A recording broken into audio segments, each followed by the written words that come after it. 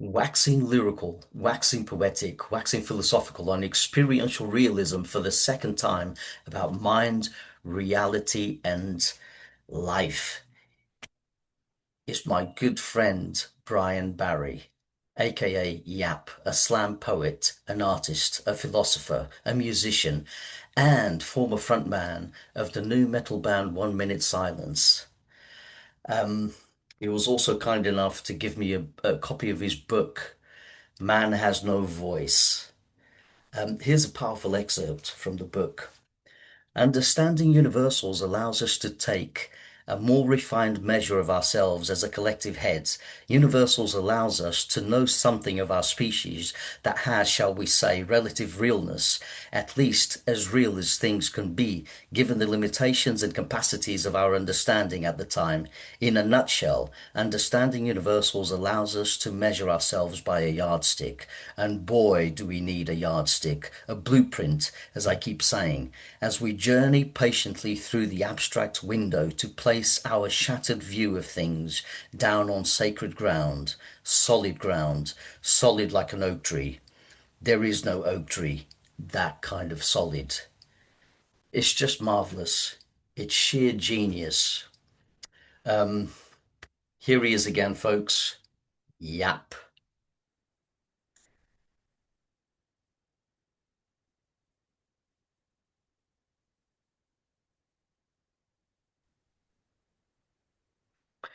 Yeah, Yap. Welcome back to the show for the Yeah, second time. thanks, Ernie. Yeah, Nice to be you here. know what? I've been reading a book. I've already hyped you up in the intro, and when I hype someone up, I really mean it, because you deserve it. So, yeah, I've got your book right here. Man Has No Voice. Great. I've read 50 pages, and I'm already enthralled by it. And yeah, I have an excerpt here, and I thought I could read it out to kickstart this conversation, Yes, please. because I think it's quite powerful, right? Yeah. Um, so you say in the book. We see into one another by looking into ourselves. We move to and through the center to find each other. The further down into ourselves we go, the deeper our connection with the other.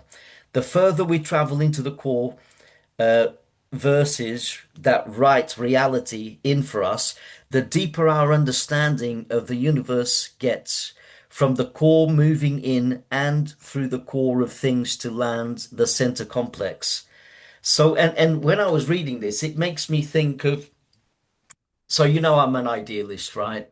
Yes, yes. And I think the bedrock of reality is consciousness, awareness, spirit, whatever you want to call it.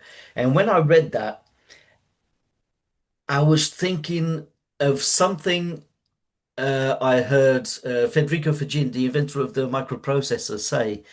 Um, he pointed out that in quantum physics, there's something called the de Broglie wave function, or the de Broglie. The guy, the physicist who came up with it, is Yes. European. So the right pronunciation is de Broglie, really. And he said that in the quantum realm, the smaller you get, so say you're an electron, the smaller you get, the wider your spatial influence. So an electron has an Yeah, influence throughout the rest of the universe. But the that's bigger right. you, yeah, that's right. So the bigger you get in the quantum realm, the more noticeable you'll become on a classical level. So, say a tennis ball is a ginormous object compared to the electron, but the Yeah, electron is already spread out throughout the universe. But the tennis ball is, in a sense, bigger than the electron, but it has a smaller spatial range of influence. So, I'm thinking that should apply to everything in the universe, including sentient beings. And I'm thinking, when I read your quote, it makes me think that at the core, we're awareness and it's irreducible. But because it's irreducible, because it's the foundation of reality, yes, it's everything. It's the whole universe. yes. And that's what I understood from you.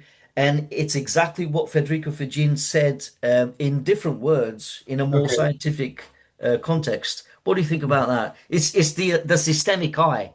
And It's the and systemic guy. It's the systemic guy at the core. Well, thanks for reading that little extract from my book, and it's good to know somebody's reading it. I am. I love My it. mom is reading it too, so yeah, it's a success. Yes, I mean, from the core, I mean, let's just get back to like if the further I move towards the core, the more I know of you and the universe I am in, because we intuit from the core. Okay, there's the ideas are not out here in the external realm. There's an aesthetic feed out here, and we can bounce off it and so on, and it stimulates the inner eye and so on. It stimulates the senses and so on. But there's only so much we can know from observational, from observing the other out here. But all my understanding, for example, law is an embodied state. I don't want to be abused. I don't want to be exploited. I don't want to be raped. I don't want to be murdered, and so on. That's an embodied perspective. And by meditating on that perspective, I realize, I can align with the other, with the collective head, that we all feel the same way. So the further down the rabbit hole of self I go, the more I connect to others. And also the further down I go into the self, the more I realize, the outer world through ego, that egotistical window, it just evaporates. It doesn't hold. There's no grounding for it. So it leaves me at the core, and with this feeling of interconnectedness, that we're connected to all things. Okay, that seems to be where the embodied perspective is taking us. That's what we embody. And I use a nice analogy to explain that at the beginning of the book, if you will.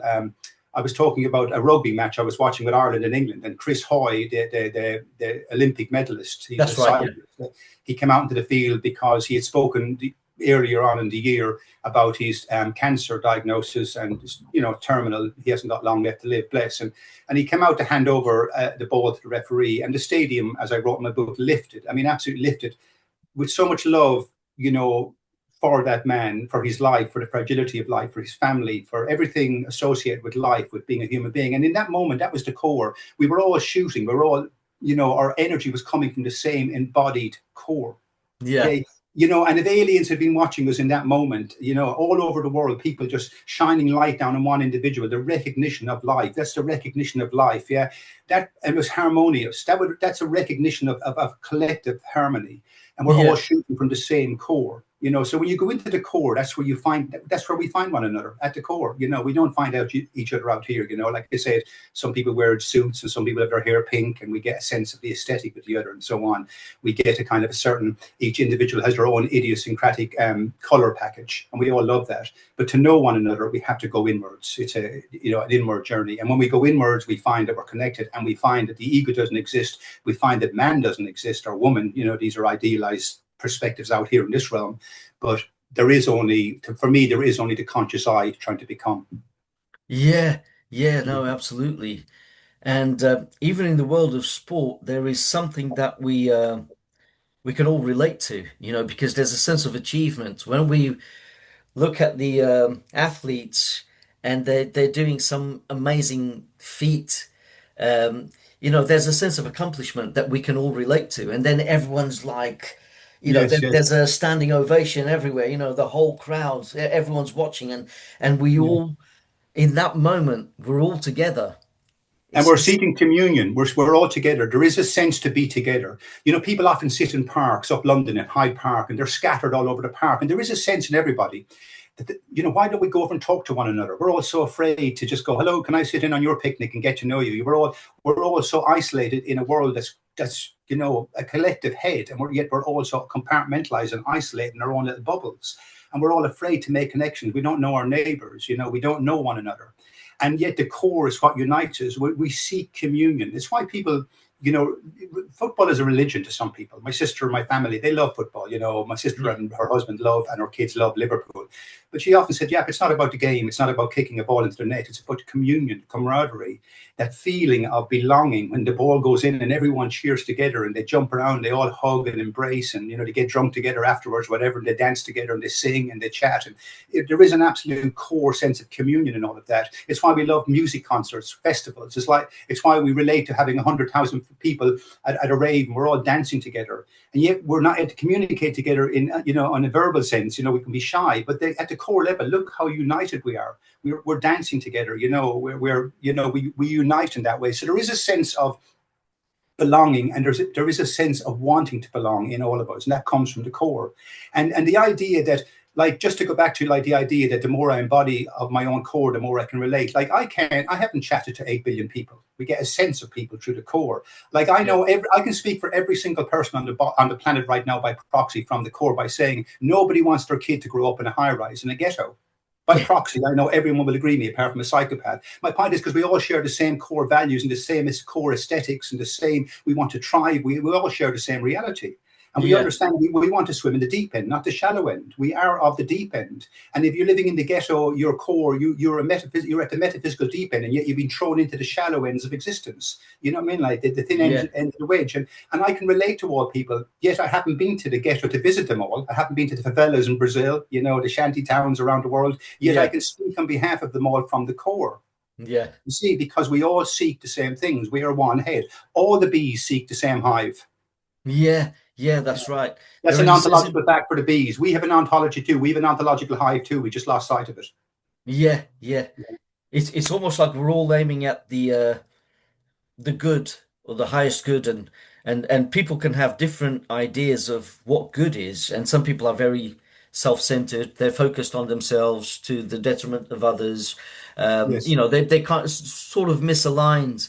But if everyone aims at the good of the collective, if we all worry about the planet, the planet, if we worry about the species as a whole, if we care about animals, I also think that at some level we're the same as a lion, for example, even though their minds are very different from ours. Yes. There are things that we can still agree with the lion, Yes. like a lion can see a tree, can perceive a tree, so can we. Yes. And they're also aware like we are, and We seek out water. We seek out food. They procreate. They that's seek out right. the opposite sex and so on. Yeah. Oh Yeah. yeah, I have some family in Brazil, and I know how fanatical they can be about football. And Yes. Yes. yeah, and I used to work in a company called Euromoney as a bilingual researcher, and every time I called someone in Brazil to do a survey, usually CEOs, and they're not the nicest people, but in Brazil they tended to be very nice. But when the football was on, nobody wanted to work. They might have picked up the phone and said, "Oh, sorry, we're not working today. The football's Yes. on." Right. It's like a religion, Football Yes. is everything in Yes. Brazil. That's right. Even if you visit your own family in Brazil, Yeah. if they're watching the football, they watch the football first. They wait till the match is over, and then they'll Yeah. say hi to you. If you say, "Oh, look, I'm here," they'll turn to you and say, "Shh, shh, shh, football's on." And once the Yes. match is over, then they'll talk to you. It's amazing. Yes. It's And weird. but I get that, but there's a flip side to that too. There's a sense like in the World Cup, like, England want to win, like Brazil want to win, Portugal, everybody wants to win the World Cup, Yeah, and that sense of communion, as I said. But our sense of communion cannot be based on football because it's a fragmented sense of unity. Because yeah, like they all might find harmony at a football match together, but then yeah, some of them go home and then the following day they're in the office exploiting their neighbors. yeah, So the communion has shattered because they're not at the core, they're not stabilized, they're not secure at the core yeah, to understand, at where we are coming from. So, we need to have we need to unite around a metaphysical circle. Okay, football is just an yeah, extensive a sport, a thing that we get off on. It's a little bit of titillation, but it's yeah, not. We shouldn't be united around football. We should be united around the fact of communion and yeah, spiritual communion, the higher order of things, and that's why we're in an existential crisis at the moment because we've lost sight of the core. It's simple as yeah, that. We've lost sight of core beliefs, core values. yeah, And just to go back to your point about the truth, I mean, people have different versions. You said there of the truth. What is truth, well, what's the truth for me? And the truth is, like, we all know nobody wants to be exploited. That's a universal truth. You yeah, do not. You function a certain way, and to exploit you is to undermine the way you function, causes dysfunctionality. By yeah, definition, the principle in play, you function a certain way. You function as a human being. You function as a bee that fits its own ontological hive and it wants to thrive in this environment. And to undermine that, to exploit it, to deny you the right to thrive, to live, to be a family man, to live your own dreams and so on, is to undermine you. There's a truth in that. And nobody can undermine that truth because nobody will step up and go, yes, I want my children to be exploited. yeah. Okay. No, nobody So you says see what I that. mean? So at the core, once again, we embody that state. We don't want our children living in high rises. We don't want them undermined. We don't want the function. We Yeah. don't want the function that is human being, spiritually and biologically and chemically speaking, to be undermined. So we all can all concur. That's why law supposedly, rules out exploitation. It should be against the law, but yet it's the lifeblood of our fucking capitalist system. Nobody wants to talk about that. Yeah. So Yeah. Politics and everything else. yeah, There's a sense in which we tend to see everything, even objects, um, through an axiological lens. It's all about values, how much we value things, and and that helps us to direct our attention. And there's a sense in which everything we perceive is seen within a context. I don't know if that makes sense. It's not just it's for example, if I pick up my phone, it's not just me picking up the phone as an object. The phone holds contacts. The phone is much more than just an object. It's like a way in which I can communicate with other people. So it's a the means. phone, It's a means to an end. Yes, yes, to yeah, yes, it's a to, means to an end, yeah. yes, yeah, And yeah. and we tend to see reality through that.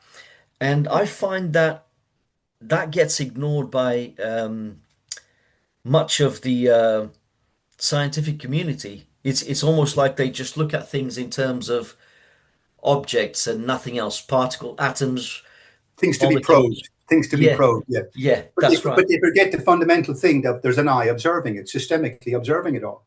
That's There's an eye right. observing it all, and that's always left out of the equation. And they believe if they probe the brain enough, they'll find how the mind works. But it's what does the probing, and what does the probing at such a complex level? I mean, it's extremely complex. The tool that systemizes the probes to probe the atom, to probe the cell. Okay, we Yeah, have to that's systemizing, abstracting, and systemizing, so we can synthesize and ground our opinions. So yes, this phenomenal eye. We're always overlooking this eye, this observational eye, and it's not just an eye to observe. It observes by systemizing. yeah, It's not just observing. Obviously, you can sit there and ponder the world and observe it, but to know it, the second it wants to know what it's pondering, it starts to systemize. It yeah, starts to enter it. It starts to extend and expand into it, and to yeah, open it up, to compartmentalize so it can know it and go down into it. And the more down into it goes, the more it starts to embody the whole spectrum. Once we go yeah, down into it, we're trying to embody the cell. We're trying to embody the molecular reality. We're trying to know it by embodying it. We won't know it until we embody it. So, what is this state of wanting to embody that all the scientists are missing out on? yeah. Okay. And, That's and then right. the more we try to embody, the more we start to embody, the spectrum of matter disappears. Yeah, Nobody has ever shown a predicate. It just doesn't hold. We've moved on from it. But the reality is, we're not all thinking, on one level playing field. It's all by degree. Homo sapien, wise man. Well, very, very few are wise. People are wise when it comes to getting food for their families and how to drive a car and how to live their lives in a yeah, relative little bubble. But where's the wisdom? We're chopping up children around the world. We don't represent our children. We're not that fucking wise, because the psychopaths and narcissists have polluted our narrative. Anyway, another story. yeah. So I lost sight of my thought there. What were you just saying? Yeah, no, I mean, based on what you said, it's almost like there's a sense of direction which isn't covered by science. So science can bring you many That's right. facts about the world. Science Yeah. can make many observations and it can make many predictions Yeah. based on what happens right now and what we choose to do. But science is only a method, and no matter how much we study reality, it's not going to be able to inform you it's not going to be able to inform you on what to do, what's the best course of action, because there are so many variables and there are so many possibilities. That's right. Um, And the methodology is a system. It's systemizing a method. The that's right. methodology is just a term we use to describe what systemizing. Yeah, It's a that's right. methodology. And we also might ask, there's this sort of there's always been this scientific spiritual dilemma, about how do we reconcile science with spirit and spirit with science. But it was spirit that drove us into science. Yeah, Science is something that, it didn't just happen in a vacuum. Our spirit of inquisitiveness, our yeah, spirit to know, our spirit, long before we had a scientific body of knowledge, we were inquiring. Okay, that's right. we were looking up at the stars. The shamans were talking to the tribes, if you will. We Yeah, were trying to ponder our place, contemplate our place in the universe.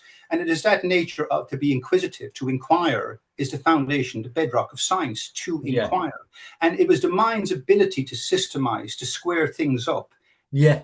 That is the foundation, and that's what science has come up out of. Okay, Yeah. so science is only a tool of a spiritual dimension. Science is a tool.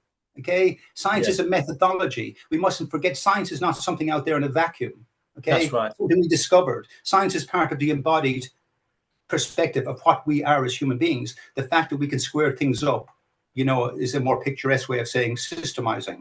We square things up. We're trying to square up the cell. We're trying to square up our conversation so we can concur in a line and, move That's forward. right.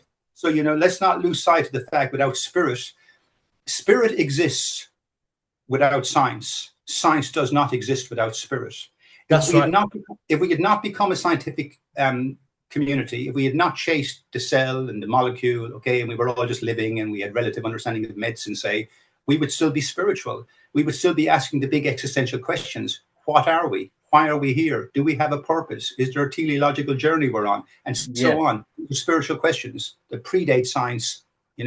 Science is an extension of spirit. Yeah. I mean, scientists like Richard Dawkins should be listening to you right now because, you know, even they are religious and they, in a certain way, not the institutional way, but they focus, they aim at something. They believe that science is useful. They have to believe prior to doing science, Richard Yeah. Dawkins has to believe that there is a truth to be found and also that doing science is worthwhile. You might ask him, what's the point in doing science? And Richard Dawkins will say something like, well, it's um, it's practical because the more we know about the world, the more we'll be able to navigate within it, and the more we'll be able to improve ourselves, something like that. And the Yeah. thing is, it's always aiming at something. So it's almost like he's blind to the will to that systemic eye that it is teleological in a way. It aims at something, and it's trying to Yeah. improve itself. It's trying to learn more about the world. And in a way, I like something you said in your book. You said we are the phenomenological spanner Yeah. trying to lock down onto the ontological nut. No, that's And right. yeah, I mean, Yeah, well, in relation to science and Dawkins and so on, I have respect for Dawkins. And look, science is an essential part of our way of being. Science is important. Science is medicine. You break your leg in the morning, you're going to be surrounded by science. I mean, like, I love all these hippies that write off science, and they've no time for it. But if you have a car crash and you wake up in a coma, you have woken up because science is all over you. yeah, Science is so important.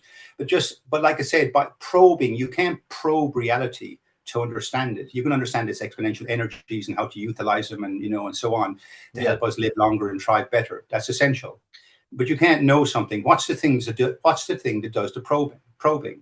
What we have to ask questions like, what's necessary contingency for thinking? What's necessitated true is a set of modes which allows to systemize. These are obviously have necessary contingent, because thinking is contingent on systemizing.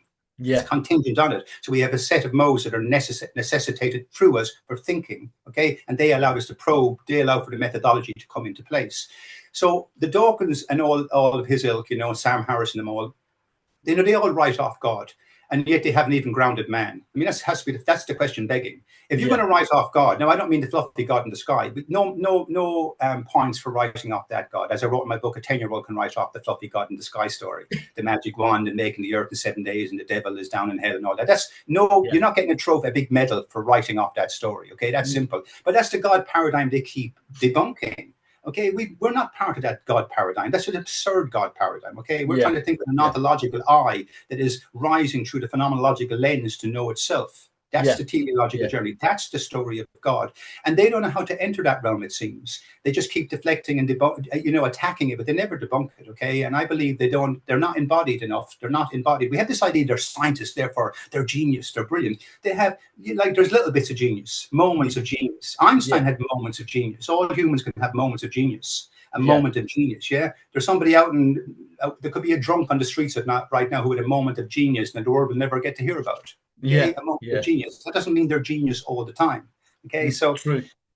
yeah, That's true. Even yeah, Einstein made errors, and he was wrong about reality, and he didn't believe in quantum mechanics, did he? He didn't think that, say, something like quantum entanglement was possible. He called it Yeah, spooky action at a distance. He had his own. It was his own kind of genius, but he made so many assumptions about reality which proved to be wrong. I mean, today you would have been astonished that, the experiments they've made with, entangling several particles and ruling out local realism. yeah. Einstein would have been dumbfounded. And Yes. But if he was around today with all the extra information that we have, all the extra knowledge, he might see it that way now. yeah, Okay, and we make assumptions. We have no choice but to make it. We have a complex ignorance. Socrates spoke about our ignorance, but it's a complex ignorance. It's not a blind ignorance. Many yeah, people have a blind ignorance. They don't know where they are. They don't know what planet they're on, and so on. Yeah, there's a blind ignorance. But we have a complex ignorance. We're ignorant enough to know that don't know because of the sheer complexity of things. So we have to make assumptions. Intelligent, we conjecture based on certain fundamentals, and but that's how we move forward. And it's the assumptions that lead to new ideas. Okay, because yeah, people have to question those assumptions. When Einstein, who had so much respect, put forward ideas, people jumped on them.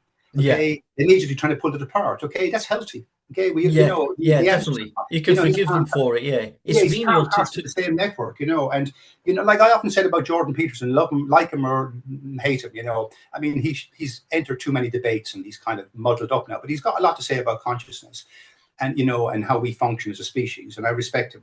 And he has moments of genius, no doubt, without going into them all right now. But the important thing is, if Peterson is wrong about everything, it'll take us 10 or 20 years to debunk it all. And that's healthy.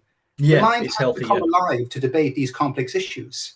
yeah, Okay, it has to come alive and to go, no, that's wrong. And why is that wrong? And that's healthy debate. That's consciousness moving.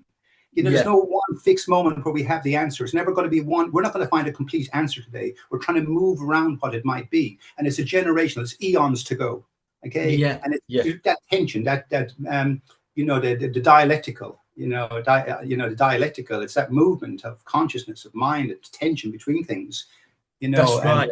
yeah, In your book, you talk about universals, and it makes me think of not just memes, but makes me think of archetypes.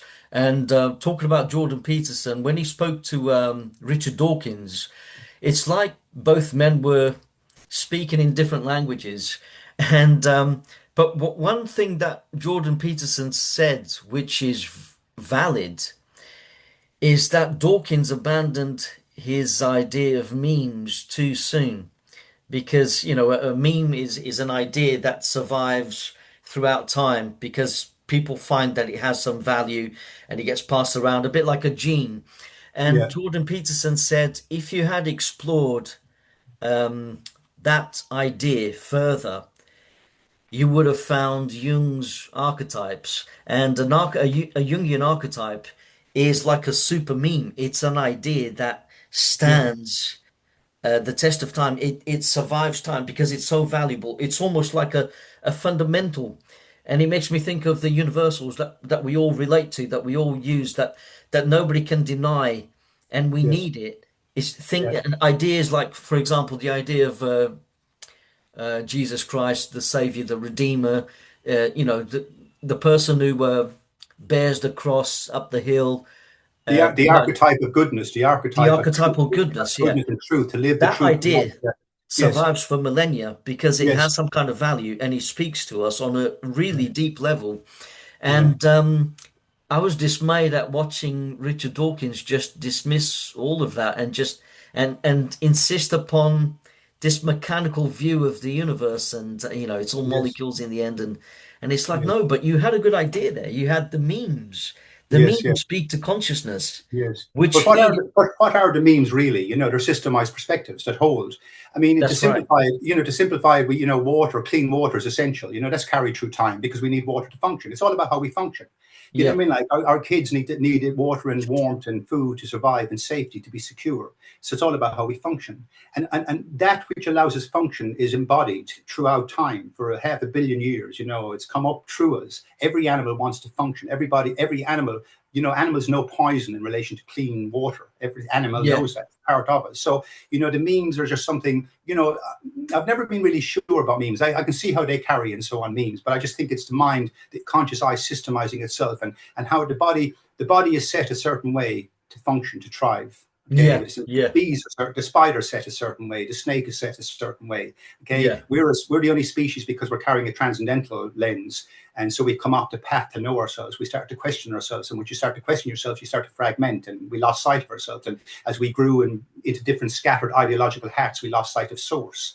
We lost sight of our own web. How to build our own web, and so it's how to build our own web is what the memes are built around. That which keeps us stable. That's what Yeah. it keeps. One thing actually I heard Matt talking about recently about this need to secure ourselves. It's an important point. How we're all looking for security.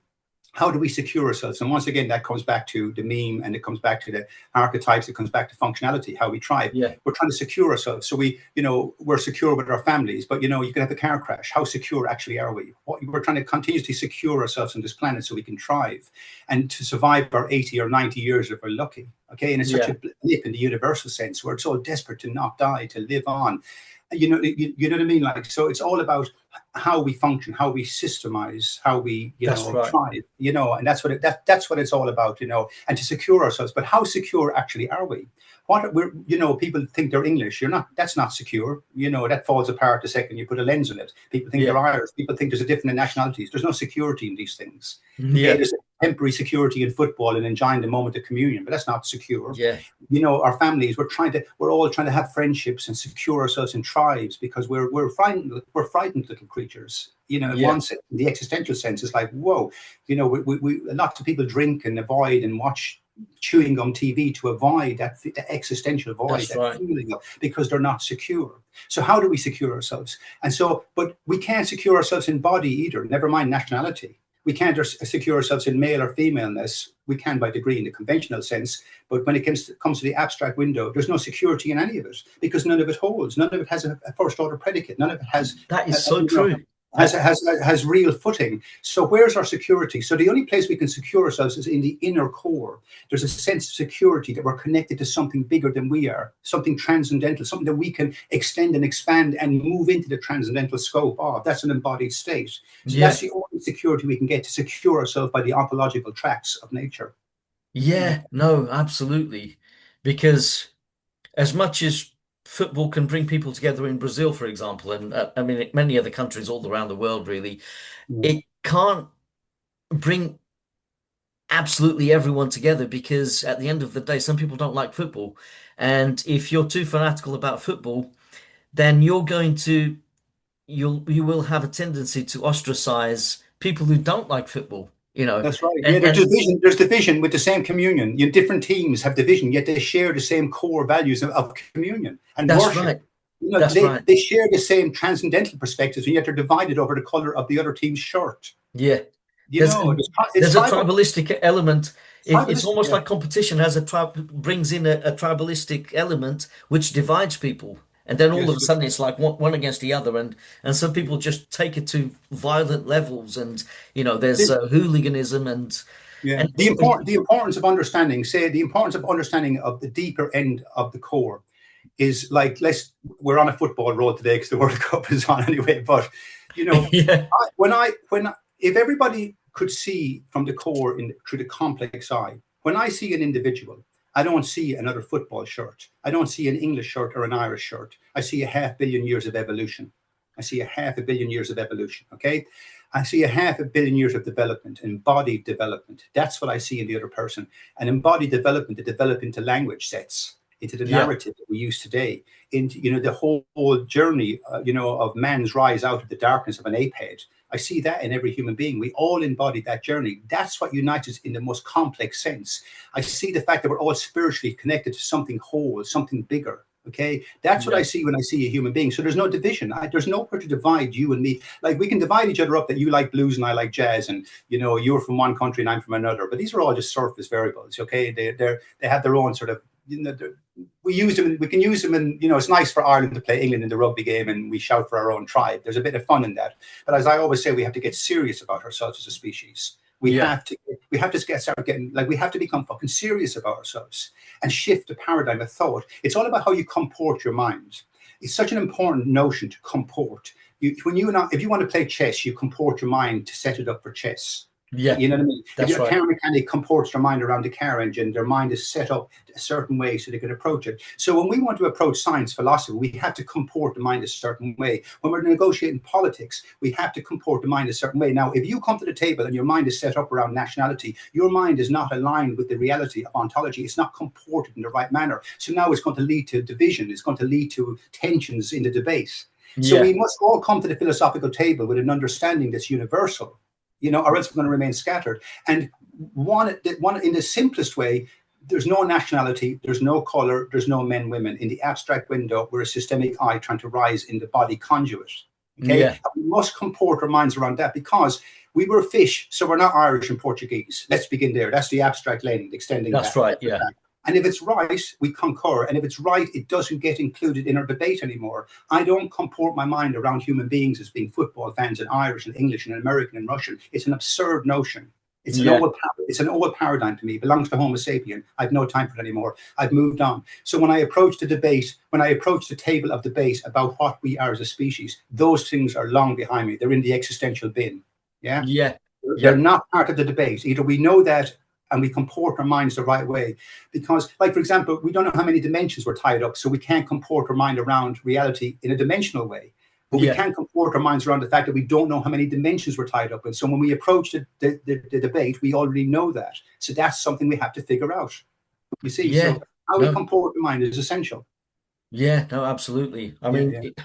the American president, Donald Trump, he should be listening to you right now because with him, it's all about saying things that he thinks people are going to converge on, which is America first, and he starts to sound really jingoistic, and then he starts to say things that alienate other countries, like if you're not backing me in this war, you're no good to me. You in history, you've always tended to stand back, and Americans are the ones that charge forwards, and that's not good. It's only going to divide people, alienate He's people. he's a baby brat. He's a brat. He's a lost man. Okay, he's a little boy who Yeah, never grew up and matured. He's a narcissistic brat. Bless. He doesn't represent anyone but his own pocket, and he's an impoverished man. His name will die stained. His ghost will carry on the tongues of people for generations as a baby brat, child, a man child. Bless. He doesn't represent our species. yeah, Unfortunately, he has a big chair and a big microphone. And he's doing a lot of damage to our species. Okay, yeah. but it's a populist movement. There's a lot of people who voted him in, thinking he was the best clown for the circus, and so on. There's many variables, there's many nuances to it. That's right. But they don't represent us. What represents us is the wise man. What represents us is the philosopher, the political philosopher, and the philosopher of life, of spirit. Those that are trying to know without bias, without prejudice. Those who are trying to make allowances for our wrongdoings, for our transgressions, and trying to understand each other and come together. You know what I Yeah. mean? Like, actually, to make allowances is a beautiful notion mode I was looking at recently. Sorry to digress, but it's important. Well, No, we no, make go for it. allowances for Trump being a brat. He's an undeveloped mindset. He's not developed properly. He's not functioning as a human being. But we make allowances, and for example, we make allowances for people who are subconsciously racist. We make allowances. We make allowances for past wrongs, like I said, transgressions. We make allowances. Irish people make allowances with English people for the past and the empire and so on. We're trying to make allowances. It's a phenomenal mode of the mind that we can make allowances for one another. That we Yeah. allow certain things. We look past them because even when we say we go to court and somebody has murdered somebody, we make allowances for that person by looking at their upbringing. Did their mom and dad abuse them? What was their environment? So we start to make allowances. We're a very discerning species. That's another measure of what we are. So we're trying to make allowances, and we make allowances for the world in a global, on the global stage. The species is a very emotional, sensitive species. And it's easy rock the boat for anybody. You can create dysfunctionality for anybody. Leave them in the ghetto, there'll be indignations and dysfunctionality. And so on.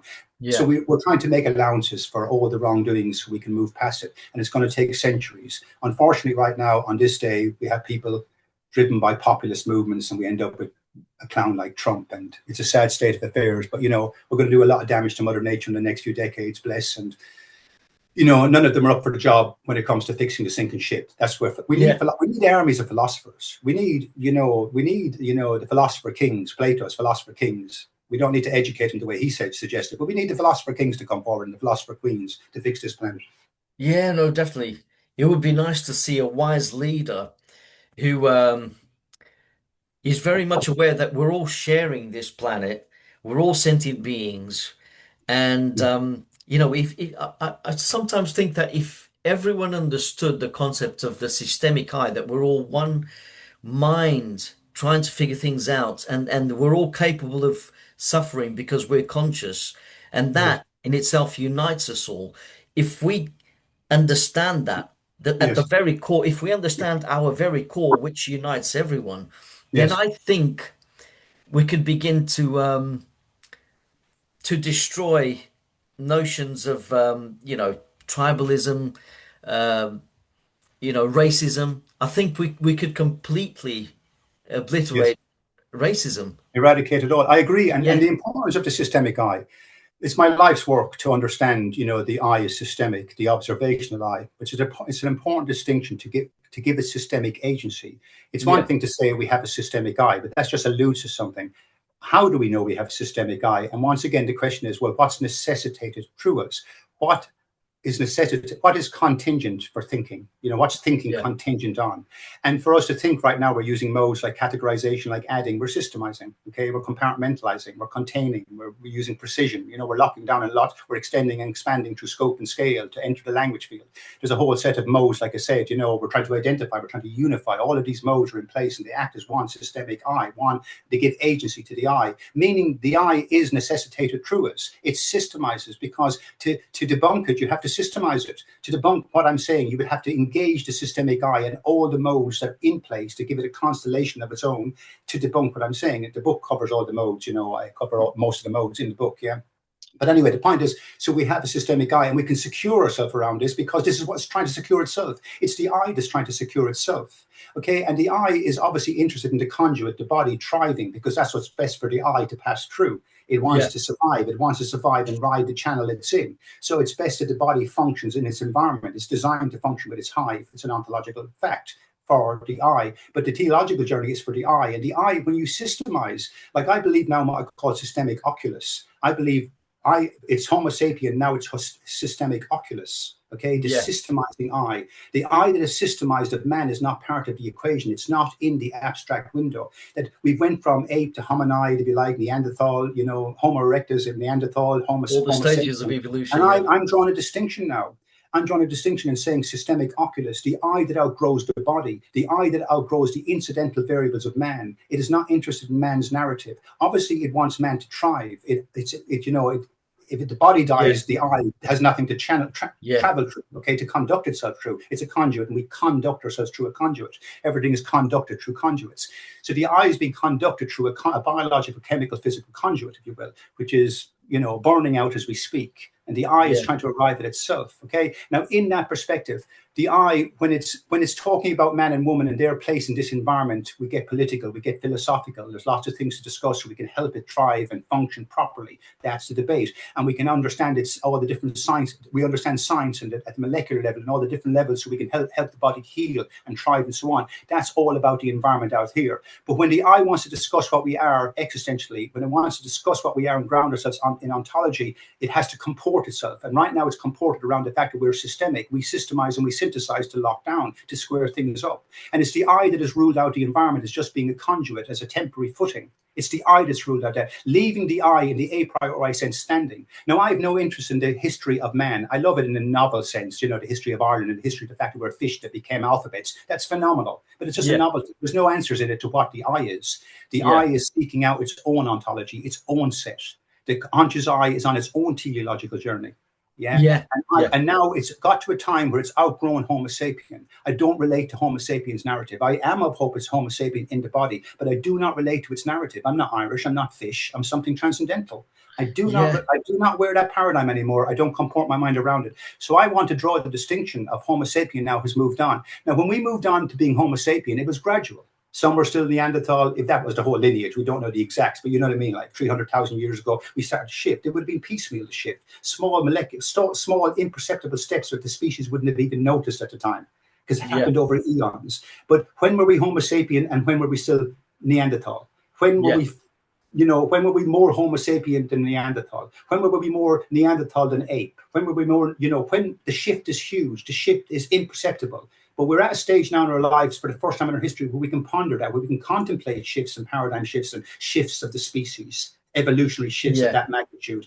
And I believe the systemic eye, systemic oculus, the systemizing eye, the eye that outgrows the body, and starts to know itself.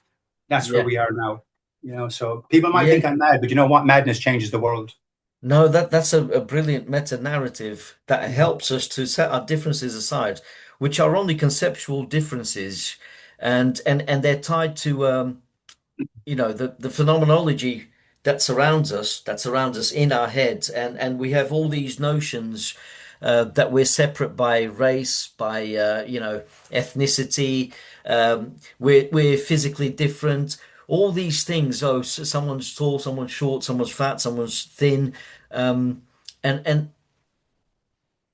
it makes us feel even more divided. But if everyone can see right through those things, right through the illusion of separation. I know it has weight. I know it in some ways it matters when someone's being horrible to someone else and they're discriminating against someone because they're different. Yes. When someone's being tribalistic, I know it matters when it comes to finding some kind of justice if Yeah. there's wrongdoing involved. But if everyone can see right through that Yes. to understand that on a fundamental level, Yes. we're all the same.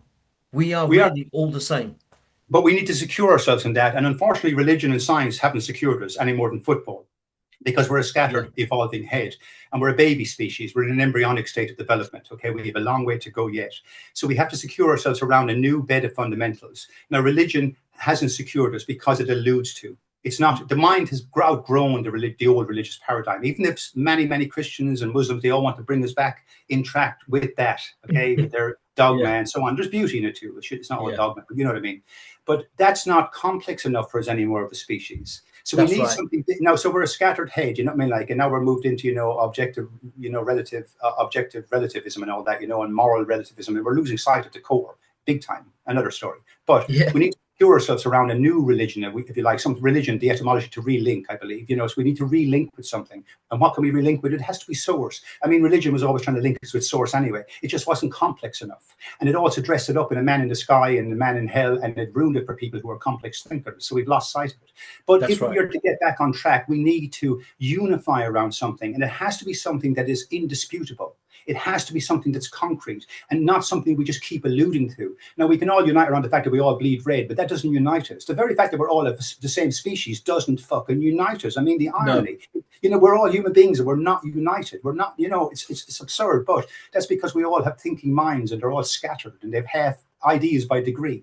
So what's this one new bed? We need a new complex bed, and I believe it's a systemic eye, systemic oculus. We can unite around that because it gives us hope and to know we're on a journey. Instead of looking in the mirror, so many people have problems with their bodies, and they look in the mirror and they're looking at their body and they're, oh, does my ass look right? And am I this height? Am I this strong? And we all sort of fail in the mirror. But if we look in the proverbial mirror and understand you're a billion years of beautiful evolution, you're a billion years of becoming, you're something that rose out of the dark into complex language structures. You're something that's capable of making allowances for transgressions. You're a Yes. discerning eye. You discern, an amazing mode to discern, to make allowances, to discern, to add things up. You are a systemic mode, a set of modes becoming. That's a phenomenal measure of our species to unite around, because there's no debunking it. And we should Yeah. unite around, here's the last point, we should unite around the thing that gives us the most weight, the most gravity. Yeah. Okay? Football doesn't have enough gravity. Nationalism doesn't have enough gravity. The religions of the world don't have enough gravity to Yeah. hold us to them. So what's the biggest measurement of us? It's not our muscles and our cars and our mansions and our money. What's our biggest measurement? The fact that you can see systemically and make allowances and discern different things through an abstract window is the highest fucking level of us. It's Yeah. the highest level. It's the highest thing we know in the universe. It's the most complex flower we know in the universe, the Yeah. observational eye. And so it's like we need to meditate and do yoga of the mind and rely. Yoga has a certain body of moves, just like kung fu and just like music. But we need to find the body of moves that the mind is. We need to become them. You're Okay, selling me on it. and move Yoga. and move forward from there, because first of all, I don't know a bigger version, and I don't know a bigger version of the self, and I don't know an alternative. This Yeah. grounds us. These are the fundamentals of how we think. Yeah, yeah, absolutely. And I'm glad you mentioned becoming, because when I was reading Federico Fagini's book Irreducible, he was talking about, in very Neoplatonic terms, he says the one is trying to know itself, and the one can become many, and voila, you get human beings. But he didn't mention becoming, and I think that's important because as human beings, we're teleological. It's almost like the eye is trying to become something at the same time, and it's very creative. And nature is creative. Human beings are creative. Even animals can Yeah, learn new things and you yeah. know develop skills. And I like the idea Husserl was looking at what he called the loom. And the idea, there's the answers of meaning isn't out there, he said, on a distant star, if you will. Meaning is a returning to. Knowledge is a returning to. It's a returning returning to, to source. It's returning to the embodied state at core. The yeah, further down into the core we go, the more we embody. The yeah, further down into ourselves. When you see people who are addicts and lost in the world, existentially lost, they've lost sight of core. They've yeah, always lost sight of core. Nobody who's connected to core and secure to core tends to be depressed. It's when you're depressed when you lose sight of core. It's not something that happens out here. Yeah. yeah. It's not, so it's like, you know, we have to get back to core. We have to realign and move forward on that line, in a deeper sense. Yeah, because the core is so creative. It's so full of possibilities, infinite possibilities. And actually, you mentioned Husserl. There is a concept I think I read it some time ago now called poiesis, which is to do with um, becoming, bringing ideas into being. So we are hit with ideas, and they have to come from somewhere, so they must come from the core, and we're not always aware of them, but sometimes we have like a light bulb moment, Yes. like it. And when it hits us, it's Yeah. almost like we have a drive. We're compelled to manifest those ideas Because physically, it's like we alignment. have to recreate them. Yeah, It's alignment. You from the core, you align. We're trying to align with what we are ontologically. I'm trying to phenomenologically speaking, align with what I am. So I'm looking for yeah, myself on the inside. I don't know where out here is. Nobody's ever isolated out here for me. So I don't comport my mind around looking for myself out here. The scientists, like I said, can help us understand this environment and thrive in it better and understand its energies and so on and so on. But there's no out here in the abstract window. I don't look for myself out here. You know what I mean? yeah, Like so it's all about alignment. It's all about internal alignment because it's already in us. We already embody it. Like we aligned with evolutionary theories, 150 years ago yeah, or whatever. Yeah, we start to align with it because we aligned. It made sense suddenly within. yeah, What I mean? It was an alignment. Oh yeah, we started to line up. Darwin was lining up his mind and making up, systemizing observations and lining up and making assumptions about. Oh yes, that seems to be the case, and that seems to be the case. So it was complete. He was looking for complex alignment, and all like right. we're trying to align with the cell within. Our answers are all to do. The answers can't be written on some blackboard in an abstract mathematical equation because those equations are still alignment. E equals mc squared is alignment with Yeah, space time. It's an alignment. It's an yeah, inner alignment. So everything is about trying to align we're trying to align with the external world and we're trying to align with the internal world. It's all yeah. alignment and it's all involves around systemizing. I find it fascinating when scientists, for example, not just scientists, but artists, anyone, it can happen to anyone. But for example, Einstein is trying to align with reality, is trying to discover things, he's trying to understand the universe, and all of a sudden he has some kind of dream, and then he wakes up with an insight, an epiphany. It's like eureka! Wow, yeah, that's the answer I was looking for. It's almost Yes. like something from within, from the core, Yes. It's a brings remembering. you. It's a remembering. Yeah. It's the And it remembering usually everything. happens when you relax your mind. If you try too hard, it doesn't come to you. Oh, what am I looking for? Even when you're trying to remember something, something you think is important, there is something important to remember, It's an but you important can't. distinction. Sorry, but like for example, on that note, with ego and spirit, say, we can disengage from ego when we meditate. Okay, Yeah, but in ego, we can't disengage from spirit. We can't. It doesn't work the other way around because ego is only an illusion. So we go Yeah. back into what we are and align with, because we move back into ego and our own sense of color in this world, but we Yeah. can't align with it. We can make we align with it by degree and understand it has a conventional usage. That's Yeah. it. Okay, Yeah. while we're out here and we want to know each other and get on and Yeah. thrive and so on, it's an evolutionary advantage to be polite and to cooperate and so on. These variables help us. So we align with that. But when we disengage from ego and meditate, ego is gone because we can't ever align with it. So we align with what is. And when Yeah. people feel this core connection with, say, back to the football match with communion, everyone cheering together for Chris Hoy, that was Yeah. alignment. That's universal alignment. When babies are being killed in the world, I mean, look at Palestine. The world is starting to align around it. We might have differences, historical differences, and we don't know all the variables of everyone's historical, books, but we're all aligned with the fundamentals of reality. Don't Yeah. harm children. Don't harm children. That's alignment. Yeah. I'm aligned with the kids in Brazil right now. I don't want them in favelas. I'm aligned with them. They don't want to be there. It's That's right. alignment. Yeah. There's so much language in embodied language. What we say, what we speak is so little compared to the embodied perspective. You know Yeah. what I mean? Like when you walk Yeah. down to town today, you have expectations that people won't attack you because you've embodied that perspective. The Yeah. odd person is psychotic, it can happen, chaos random, it's random. But in general, we're aligned with what is. If somebody walks up and they're wearing a swastika, they're already speaking to you without opening their mouths. Yeah. If you meet somebody at a festival, there's already an embodied sense of that person because they've taken themselves to a festival, so they have a certain way of seeing reality. Yeah. So language is everywhere. Language is an embodied perspective. It's all about alignment. Yeah. And I think that kind of alignment is the antidote to really dangerous propaganda. If you hear propaganda coming out of Israel, coming out of the Zionists, and I'm sure the same thing happened in Nazi Germany, it comes with certain beliefs that people can buy into, and that can be so dangerous, and it can divide so many people, and then there's wars. But if everyone can align on those core principles and our essential nature, that our core of being, then that's the perfect antidote to that kind of propaganda. Like if Yeah, if we see what Israel is doing to Palestine yeah, and killing innocent people, yes, children, I yeah. mean, that's just wrong. It's It doesn't misalignment. matter. Yeah, It's it doesn't misalignment. matter what Yeah. narrative you come up with. You don't Yes, kill babies. You don't bomb babies. yes, There's no yes, justification for it.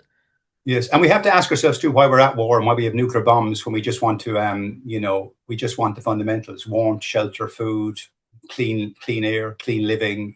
How did that lead to needing nuclear bombs? That's because the psychopath is in power. Another Yeah, story, like I said. But like let's look at alignment. You were saying there is divisions. People can't align, but the environment creates that. I mean, I can make allowances for people who are angry and they're living in ghettos and they've been traumatized. And they hate their neighbor. They hate the immigrant because the immigrant has taken their house, which belonged to their son or daughter, and they've taken the job and they're frustrated and they're not functioning properly. So that leads to indignation, to emotional spills, and they hate. So they don't align with their neighbor because they believe the neighbor's the problem.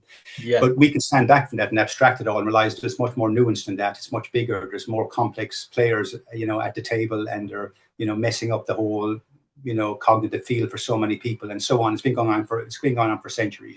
We know all the yeah, variables. So people are not able to align because they're not thriving properly. We're not going to be able to fully align in this paradigm because it's not developed enough. This yeah, systemic oculus, like I said, it's the beginning of a new journey. It's the beginning of moving away from Homo sapiens. It's going to take eons to pull out of this paradigm, this way we think, this way we're structured to fit reality, because we're misaligned in so many ways. So we need a way that aligns us at a complex level. And so rather than seeing my neighbor as an immigrant, I'd rather see him as a metaphysical agency that's becoming. yeah. See, that unites us, but we're a long way from that. We're a long way from that. Like I said, Homo sapien hasn't even reached a complete state of wisdom yet. wise Uh, man is not that wise. So there's misalignment everywhere. that's right. I But we sometimes make feel we make a lot, like I said, we make allowances for it. We make allowances of in course, relation to where we are on the evolutionary ladder of development. Here's where we yeah, are on the evolutionary ladder of development, and what's happening because the species is not locked down to an ontology, and therefore it's chaos. And they're doing their best given the circumstances of life. That's it. yeah, yeah. No, absolutely. Yeah, And the yeah, thing is, I feel like we're immersed in some kind of collective dream, and we're not lucid as a species. We're not lucid enough collectively. Um, Because, when you have a normal dream, you're just so immersed in the plot of the dream, you don't yeah, realize that it's a dream. You yeah, start to believe in the things, and you act according to what's happening around you.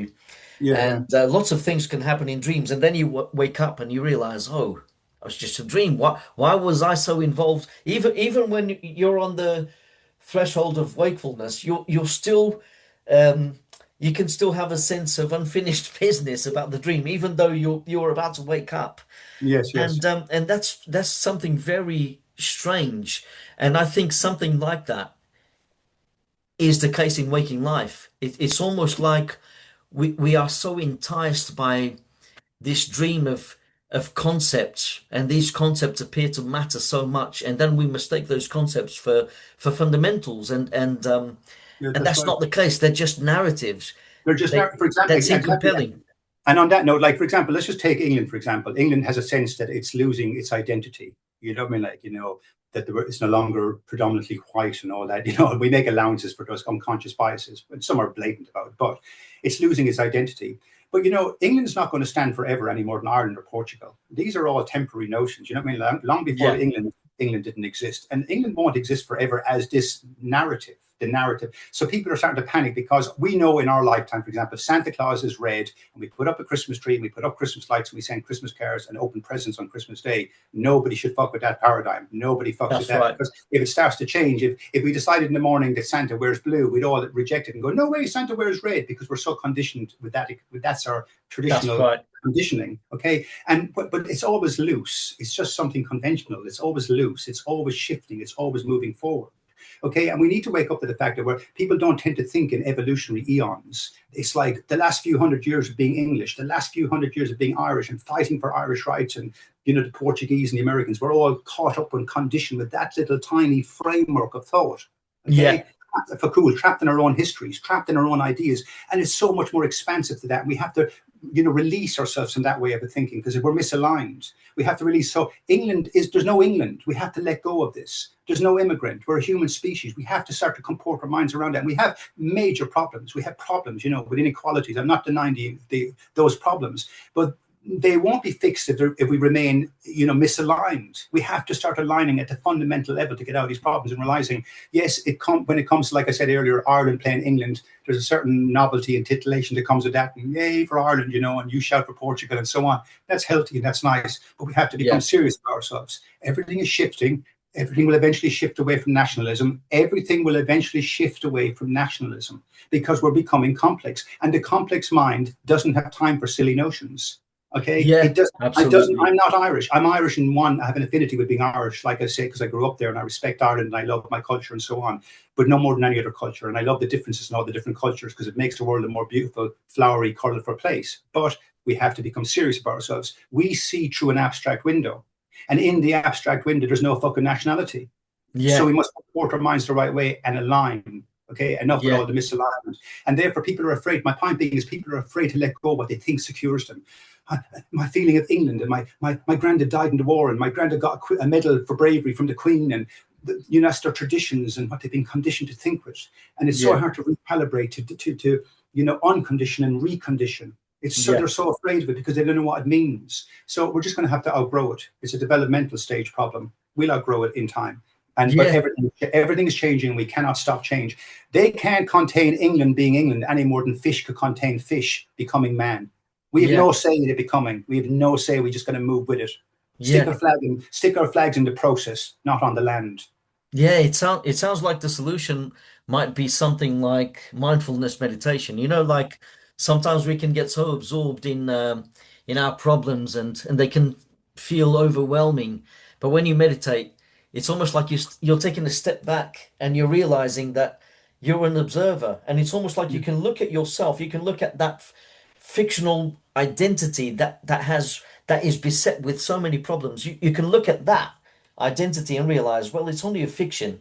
It's immersed. It's tied up with all these concepts and creates these narratives that I've been so absorbed in. And you can start to look at that identity as a separate person, a separate individual, like a character in a story.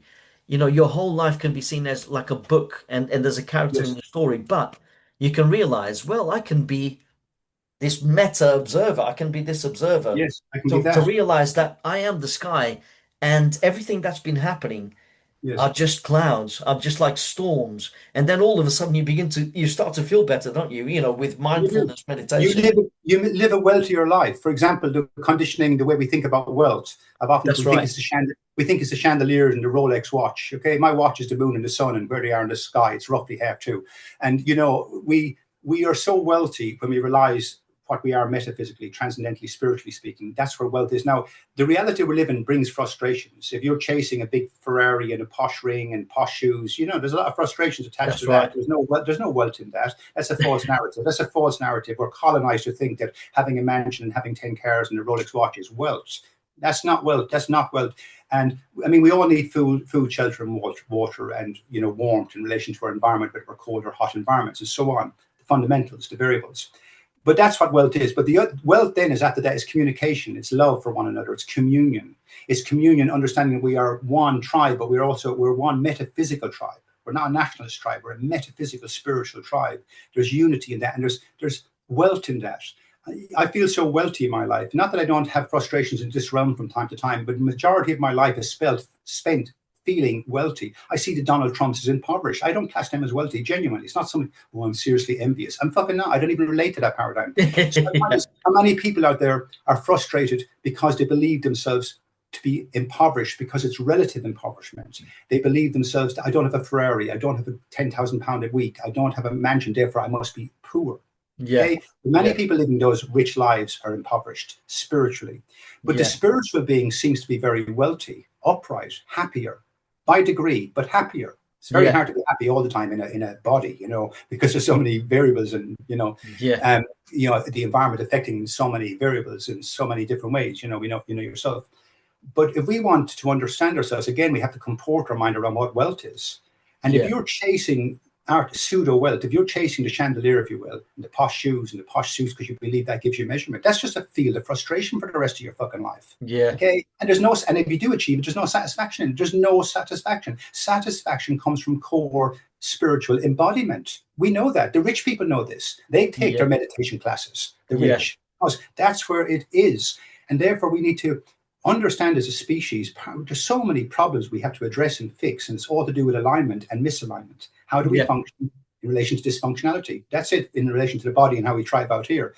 And we have to tap something bigger and unite and secure ourselves around it. And that's it. And in that security, you imagine a world, in the future world, where we're all secure around the fact that we're metaphysical, a metaphysical tribe, and the wealth is everybody looking out for everybody. That's wealth. Yeah. Everybody communicating without bias, everybody communicating without lies, everybody communicating without indignation in their heart, everybody Yeah. communicating trying to get to the right answer, everybody trying to find what's right for everybody so we can move forward on the back of it. Yeah. That's wealth. That's decolonization of the mind, Yeah. and that's aligning with what is. And so it gives you a better sense of self and a better experience while you're here for 80 years. And it's all about how you wear the headset. If you're going to go to a carnival and you get to be on one ride, you better choose the right fucking headset. Yeah. And you're on Yeah. this planet, you have 80 years, put on the right headset. Now, if you think your headset is nationality and anger and the monarchy and Vaticans and all of those old traditions and institutions, and that's your head, it's all going on in your head. So, hey, bless. Yeah. Okay, you're going to miss the big metaphysical show. Yeah. And it's so sad to see some people who become successful financially. They become super rich and they move in certain circles where they deem themselves to be superior to everyone else. If I'm rich, if I had this much success, it must Yes, mean that I have the best genes. And they that's right. dismiss many variables because they want to look good to everyone else. They have this massive ego. And sometimes they portray themselves as these great philanthropists who are seen to give to charities. And I remember this guy, I don't know if you've heard of him. He was on the news. His name was Sam Bankman-Fried, and he was very much into cryptocurrency, and he made a fortune from it. And the thing is, he started scamming people big time. And he was raking in millions Yeah, and siphoning off funds from clients, making promises to them. So he was a bit of what's the word? He was like a Ponzi scheme. And yeah, in the end, he got caught and he was arrested and he got many years in jail. yeah, But the thing is, he was going round promoting this idea of effective altruism. And the thing is, the philosophy he was promoting was valid, Yes. and but he didn't believe in it. He only Right. portrayed himself as an individual who He believed didn't it. practice it. Like, yeah, Yeah. And the thing is, when he was arrested, many people were saying, well, look at him. He was promoting effective altruism and he was a despicable person, right? yes, He had no morals.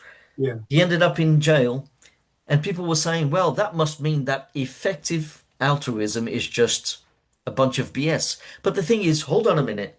Don't allow the bad guy to give something valid yeah. a bad name, because altruism is a That's good right. thing, That's you right. know? And the exception to the rule doesn't undermine the rule. You know, Yeah, the exception to the rule doesn't. And also, it's very dangerous to give your perspectives on personal anecdotes, simple anecdotes about the individual. If Donald Trump was the ultimate anecdote about what we are as a species, then we're fucked. yeah, I mean, like, we're absolutely fucked. There's no pretty philosophy, much, no yeah. anything. You know, we're dead in the water. So it's Yeah, not. We need to look at, in an altruistic sense, at what we are collectively. You know what I mean? yeah, Like I say, we're trying to make allowances for past transgressions. We're trying to overcome. We're trying to bring clean water to everybody. We're trying to fix the environment. We're trying to overcome. Like I said, there's altruism in that written all over it. It's the better. We don't want to exploit one another. Okay, we're yeah, addressing these issues. We're addressing altruism. The fact that we debate altruism is altruistic. The fact that we debate it, that we try to understand it as a notion in us, an embodied notion, and is it best for us? Yeah, is yeah, altruistic in itself. It would be, if we weren't altruistic, we wouldn't even debate altruism. We just all start exploiting one another.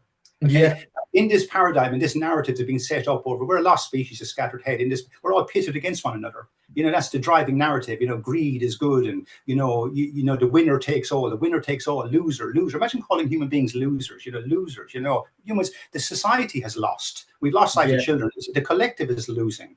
Once we've lost sight of children, for the first time in our fucking evolution, we've lost sight of children. You know, on a macro scale, yeah, we've lost sight of children. That's losing as a loser for the species. Okay, so let's measure it as a collective, not with personal anecdotes. But we're trying to overcome. We're trying to make allowances. Like I said, we're trying to discern what's happening and make it better. That's altruistic. That's yeah. beautiful.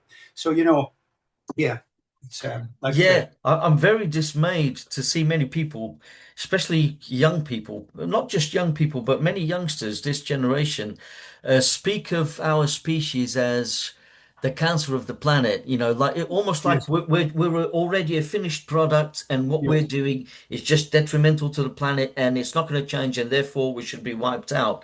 yeah. And the thing is, we're not a finished product, are we? We're We're not a still finished evolving, product. we're still learning, Yeah, we're still taking steps. we're I think moving you away say from Homo something like sapien. that. Yeah, Yeah. yeah, You mention it in the book, and I found it yeah, really interesting because yeah. it made me think years ago of this guy. We don't hear much from him anymore, but like, I think he debated Jordan Peterson actually. He was a guy called David Benatar, that's it. And he had this philosophy of antinatalism. And he said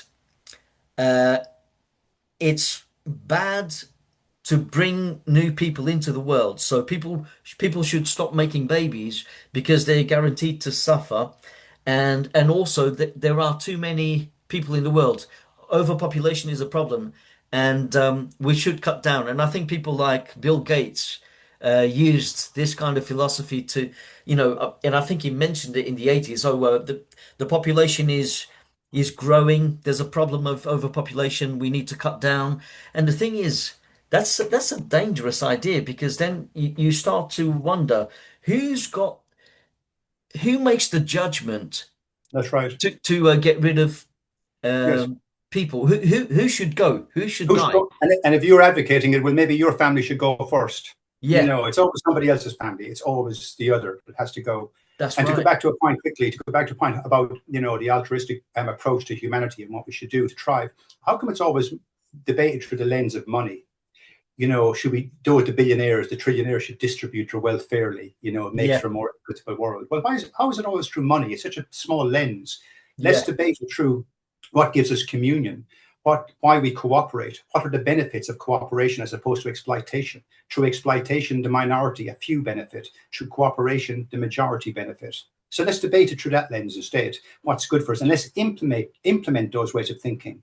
You know what I mean? Like, we're forced to cooperate around exploitation. Think about that. yeah, We cooperate every day around an exploitative narrative. okay, which benefits the few. So it's conveniently promoted, that narrative, all the time. Anybody who opposes it is rejected, is deemed to be an anarchist or an agitator, and so on, time immemorial. Because it's such a small lens.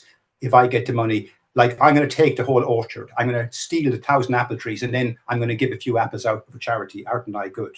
You know what I mean? Like, that's a blind lens. So we must debate what we are in a bigger, in a bigger, more complex way. That's the way out of it. Okay, we have to start attaching our ideas, comporting our mind around that which gives us complexity, that which makes us complex, rather than through small little incidental lenses, that make no sense.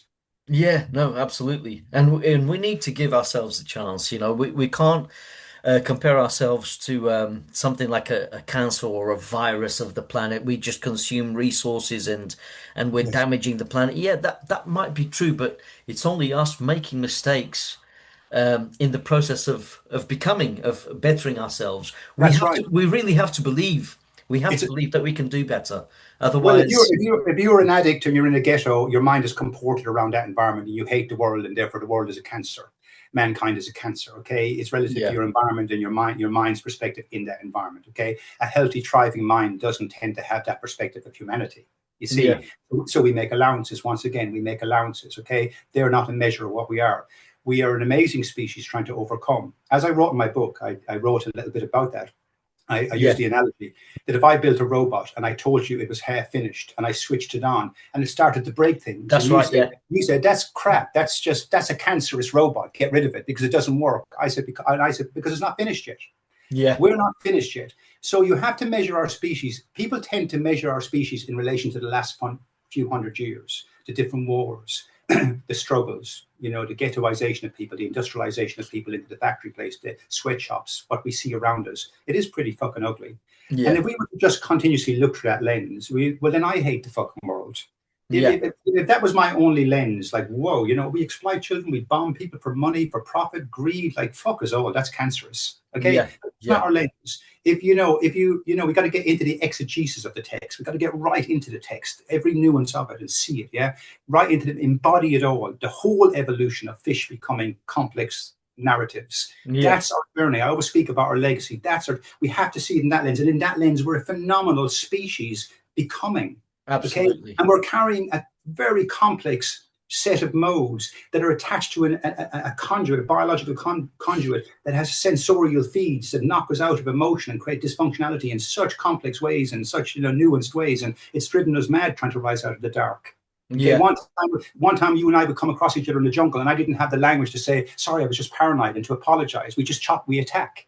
Now yeah, we can stand back and go, oh, and make allowances. I misunderstood. I was a bit paranoid. So the yeah, word paranoia helps. You know what I mean? Like, and I was afraid of you, or I was afraid you were going to attack. So we can start to address in a more complex way. And that's just one little aspect of it. But if you saw the whole weave, the loom, as Husserl calls it, the whole loom, the weave becoming, that's okay, right. The weave becoming, yeah, the whole weave becoming, and this sense of coming home to the loom, that's yeah. right. And taking That's what ownership of the that's what we are. mistakes. And in that lens, we are not cancerous. In that lens, we're fucking majestic. We're Yeah, majestic. I mean, like, we're part of nature. We're nature's highest representation. We're not something outside of nature.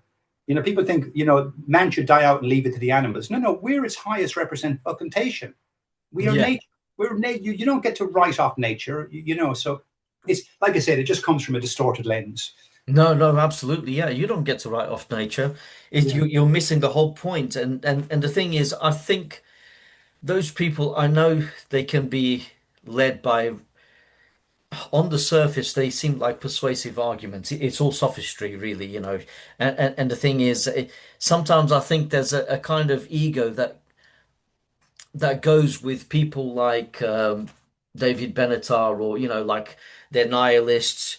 They tend to be very pessimistic, and they're anti-natalistic, and they think the whole project of humankind is doomed. We're not going to get anywhere. History repeats itself. But the thing is, we often look back at history, and we can look at the mistakes. We can do this. We have that potential to really learn. Just like we have the potential to look back on our lives and look at Yes. all our mistakes and learn from our mistakes. Yes. And I think there's a kind of love that just like we can extend our love to other people around us, living, our contemporaries living at the same time as us, we can also extend our love to our future selves. In a That's way, right. there's a sense in which what I do now, my future self can benefit from, Yes, because yes, I always remember, I'm so grateful to my younger self, me as a kid, trying to spin a ball on my index finger because I wanted to be like a footballer on the telly. The yes, footballer yes. could spin a ball on his finger, and that little boy Yeah, tried to do it so many times and it failed. I kept dropping the ball so many times, but I persevered. I thought, no, I want to do this. I never gave up. And because of that, me as an adult today, I can spin a ball on my finger and I can show it to my kids and it's yeah. that sense of achievement. And That's I right. have that child, even though it was me, it's like a child to thank Yes, for that. That yes, child made me who I am today.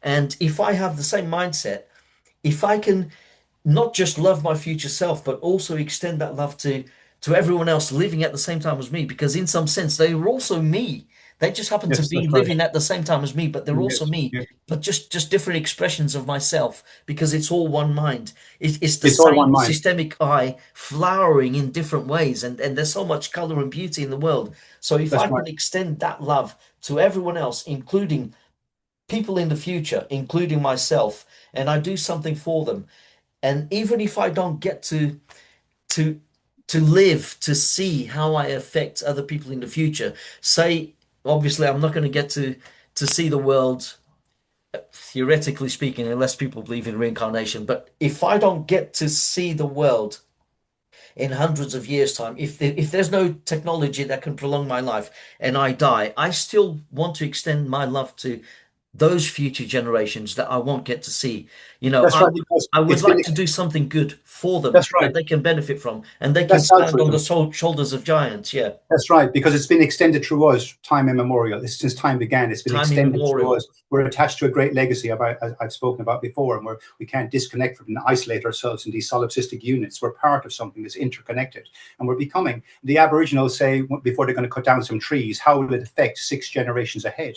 You know Yeah. what I mean? How does it affect future generations? How will polluting our planet affect my child's child? Of course, we think ahead because we're connected. We want our species to thrive, to survive. It's built into us, you know. So Yeah. that's what makes us beautiful. That we're not selfish, isolated units. Just some are. The psychopath doesn't know how to think with the whole, with the collective, but the That's right. majority do. The majority do, you know. So, like I said, I love humanity. I would never call humanity cancerous. That way of thinking is cancerous. And, Definitely. I just think, the only life we know in this universe, in this vast universe, is out here on this little blue planet. And the most complex part of that blue planet is the human eye. That's it. Yeah. It's observing everything. And it's a phenomenal, it's the most complex thing. If it's the only thing in the universe like that, then it's the most complex thing in the universe. It needs to be nurtured, and we Yeah. need to move, we need to move with what it is. We need to move with what it is and understand that we're part of a great process. And also, just to go back again about comporting our minds, if we believe humanity is a cancerous, it shows how lost we are in the paradigm, because humanity in the abstract window is an illusion. Yeah. Okay, so you have to ask yourself: is the systemic I a cancerous I? Do you know what I mean? That's the question then begging. Yeah, man, the systemic oculus is cancerous. No, it's not. It's a thing that is designed to align and therefore fix where it Yeah. is in the world and fix it for all people. So yeah, Yeah. it's that's what we are. I don't want to, I can't disconnect from it, and I don't want to anyway. Yeah. I like your usage of Oculus because it just reminds me of the game Oculus and kids wear a helmet and they're immersed in that virtual reality. They start playing the game and then they Is that what it's take off called? the Oculus. Is that what the game's called? Great. Yeah, yeah. I didn't know. yeah, Yeah, yeah, yeah. It's called an Oculus. yeah, I yeah. think sometimes I don't know. You know about Donald Hoffman, don't you? He's got his Yes, theory Hoffman. of Yeah, yeah, conscious realism, and yeah. he says we're all wearing headsets. That's right. Sometimes I think Yeah, he should be saying we're all wearing an Oculus right now. It's an anthropic Oculus and makes us see the world in a certain way. And yeah, his theory is it's very Neoplatonic as well. There's yeah. the one which is consciousness. It comes first. You Yes, wear an Oculus. You're a human being. yes, And presumably at death, you take off the Oculus and you yes. go on to experience maybe other Oculuses, which are very different from the one we're wearing right now. But it's almost like a sea of a pan experiential reality, really. So Yeah, that's right. his thing. To him, death would be like a transition to another Oculus. Yes, So yes. Oh, yeah, I see that too. Yeah, into definitely. infinity. Yeah, yeah, Into the next headset. That's the way I see it. Can we? Does a systemizing I wake up in the next realm in a more complex headset? And it's a whole movement. Then heaven is a whole movement of different headsets, the whole way up to becoming the transcendental I complete. Who that's right. knows? Yeah, Who knows? I like Hoffman. I've been listening to his work, but like I said, it is about the headset. But the I is the inside at the core of the headset, and part of the headset is an environmental, is a space-time environment. That's part of the that's headset. right. Yeah, And that's the yeah, headset we have been conditioned to believe since the day we're born. We're on our mom's breast, we're mummy, daddy, brother, sister, house, car, dog. We're learning about our environment, apple tree, buzzy bee, get stung, nettles, everything, clean water, dirty water, poison, fire, that's right. hot, cold. So we're continuously, and so that conditioning is deep. That conditioning is deep. It's very hard to disengage from that conditioning and understand it as just as a temporary field, as a temporary narrative that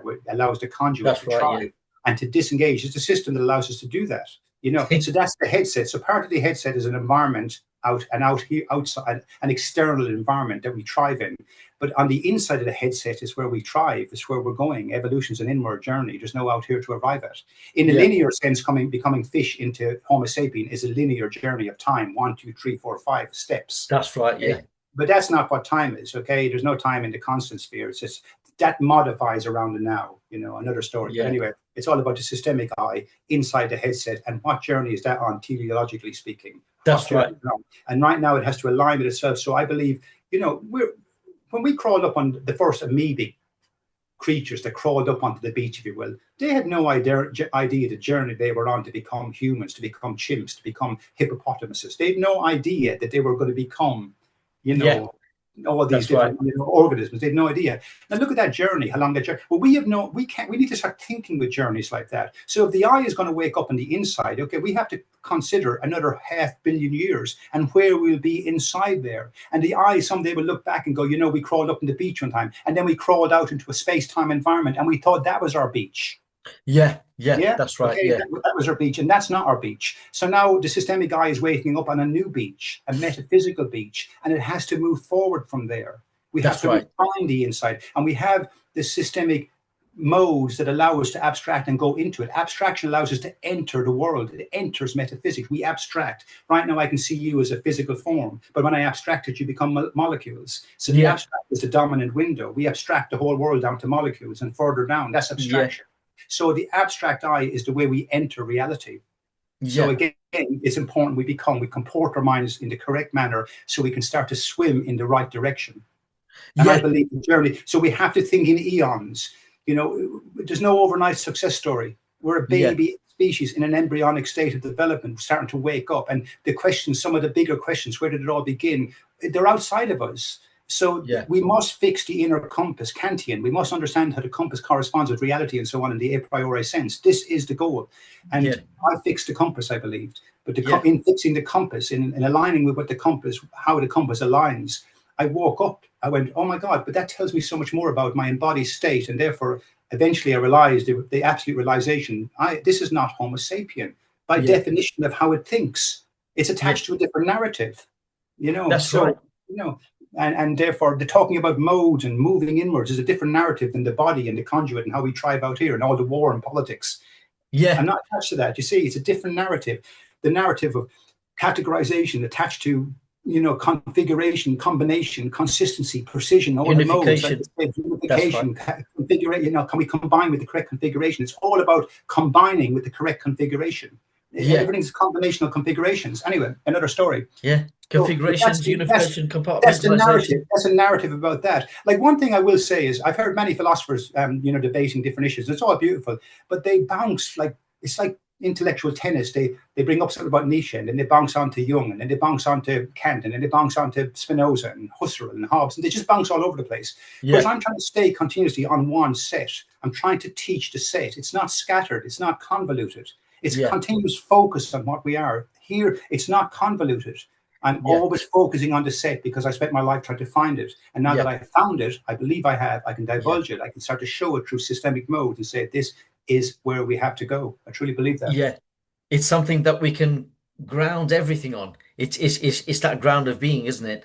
And sometimes I think it's almost like we're a child wearing a headset, Yes. realizing that there's more beyond the headset. There's more. There are so many possibilities, and and I Well, feel sorry, like sorry, every kid asks, how small down does the mind get before they lose those questions? That near the early stages of children going, how small down, homunculus, is that homunculus? How small the down Oculus. the Yeah, quick kids ask that question. Then we lose sight of that beautiful internal metaphysical question and we grow up into this world. We forget source. yeah, Yeah, yeah, that question is built in. yeah. We want to know ourselves. We're a smart species.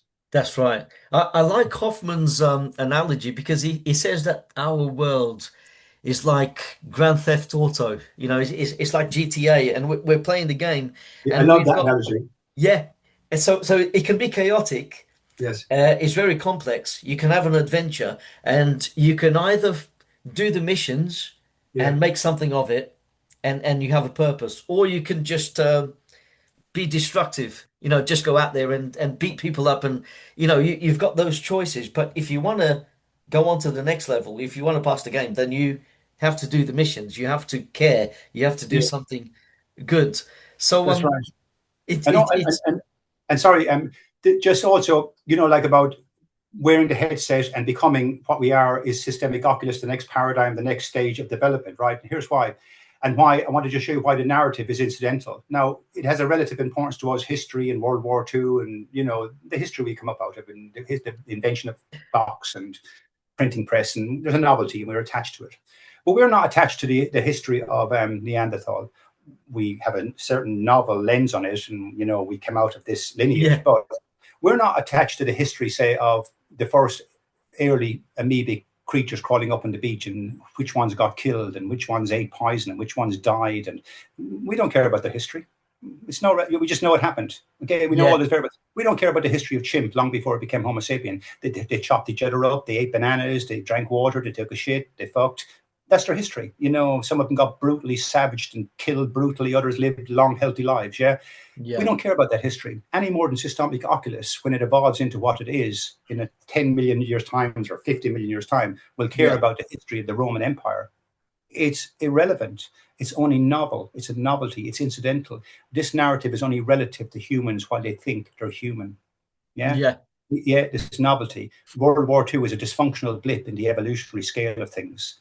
It's yeah, brutal. It's an abomination. What happened to the Jews is an abomination, the Holocaust. But we abstract and stand back from it in 100 million years' time. It's just an evolutionary blip on the whole universal scale of that's right. things.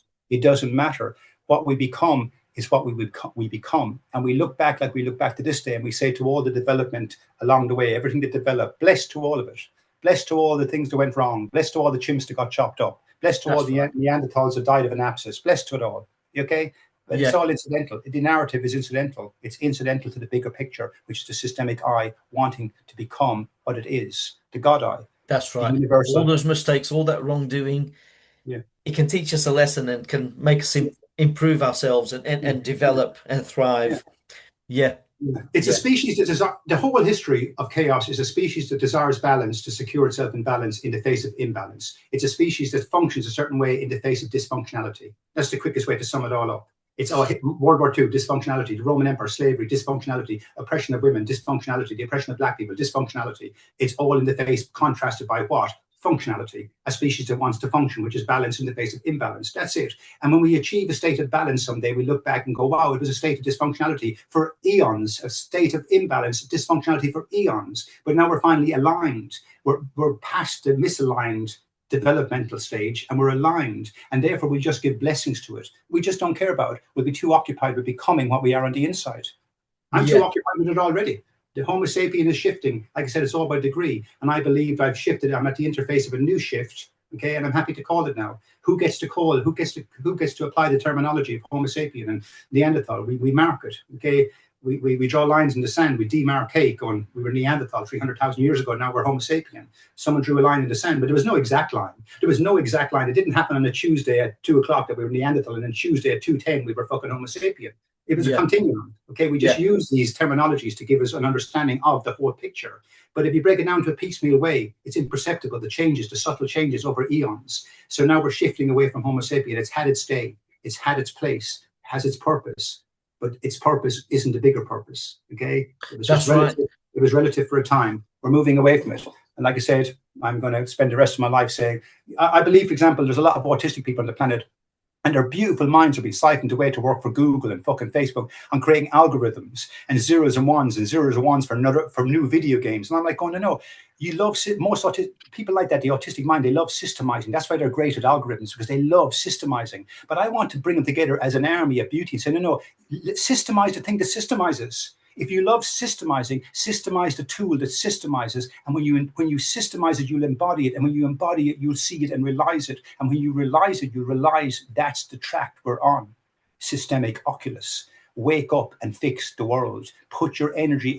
If somebody offered me £10 million in the morning to either spend my life, I could either go and invent algorithms for Facebook for £10 million a year, or stay on the path I'm on talking about the development of our species. There's not even the fucking, I'm Yeah. not even going to consider that. My mind is dedicated to our species, okay? Yeah. To better understanding. And whether I pass on knowledge or not is another story. We're passing it on now. Yeah. How far it reaches, I have no control over that. It's not like it's going to stop because of me. But I would Yeah. love to siphon them all back, to say to all those young autistic minds out there, don't fucking spend your life working for Google. Yeah. If you love systemizing, which you do, systemizing how things work, well, then systemize the ultimate system, which is the thing that does the systemizing. Yeah. And in that journey, you'll start to embody it. And like I said, when you embody it, you will become transcendental, systemically transcendental. That's the journey we're on, you know. Yeah. And I believe that shift is taking place through autism. Another story, but I have reason to believe that. Right. Yeah. Yeah, Yeah. Right. Because autistic people, people on the spectrum, um, they can see the world in a different way. They're not so constrained by the norm. There's so many people. Um, right. I can't find the words to explain this, but it's almost like they have that broader spectrum more easily available to them. I think most people do, but it comes more easily to the autistic mind, I suppose. I, And it's like A, B, C, D. To move from A to C, the transition is B. Now, one time we were chimp. That's A. We were chimps eating bananas and swinging on the trees. But then a shift began. It was imperceptible to chimp, but it began. And we moved from A to becoming Homo sapien. Okay. But there was a time when we weren't chimp and we weren't Homo sapien. That's the transition. There's an autism in yeah, that. To shift away from is to move into a state where you're becoming something. And if you're becoming something, you're not that thing yet. And the dysfunctionality and yet the systemic focus of the autistic minds are the perfect mix example of that. They're yeah, shifting away from what is. They don't know how to condition their mind around this environment because it doesn't fit. It creates a discomfort. The way dogs can bark at you if they feel a discomfort around you. Okay, so they yeah, bark at the system. Okay, so they're becoming, and they're trying to find themselves in this realm. So they work for Google and get on with life and systemize. But they're on a transitional path. Okay, we're pulling away from. We're in a transitional path. We're not the finished robot yet. We're just yeah, shifting in. It's going to take yeah, eons, but eventually we will become systemic. That's yeah, the path we're on. yeah. What's the word you use? Is it Homo oculus or I can't remember? Systemic oculus. Yeah, systemic Systemic oculus. oculus. Yeah, I Yeah, like that. I like the that. Yeah, systemic eye. The eye that outgrows. First, Homo sapien realizes it has a set of modes. Then the set of modes which allow it to systemize. But then the modes wake up. The system wakes up as itself, as its own eye, and realizes itself because it can't abstract man into the equation. So therefore, yeah, it realizes itself. It's through the systemic lens. This is an a priori fact. We cannot.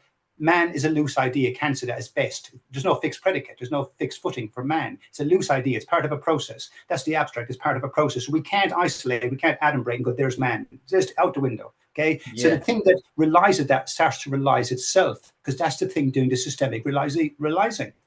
yeah, Yeah, realization comes through systemic thought. So therefore, it's a systemic eye, and man is ruled out. Because equally, it's ruled out because it realizes the narrative of man is not part of its own narrative.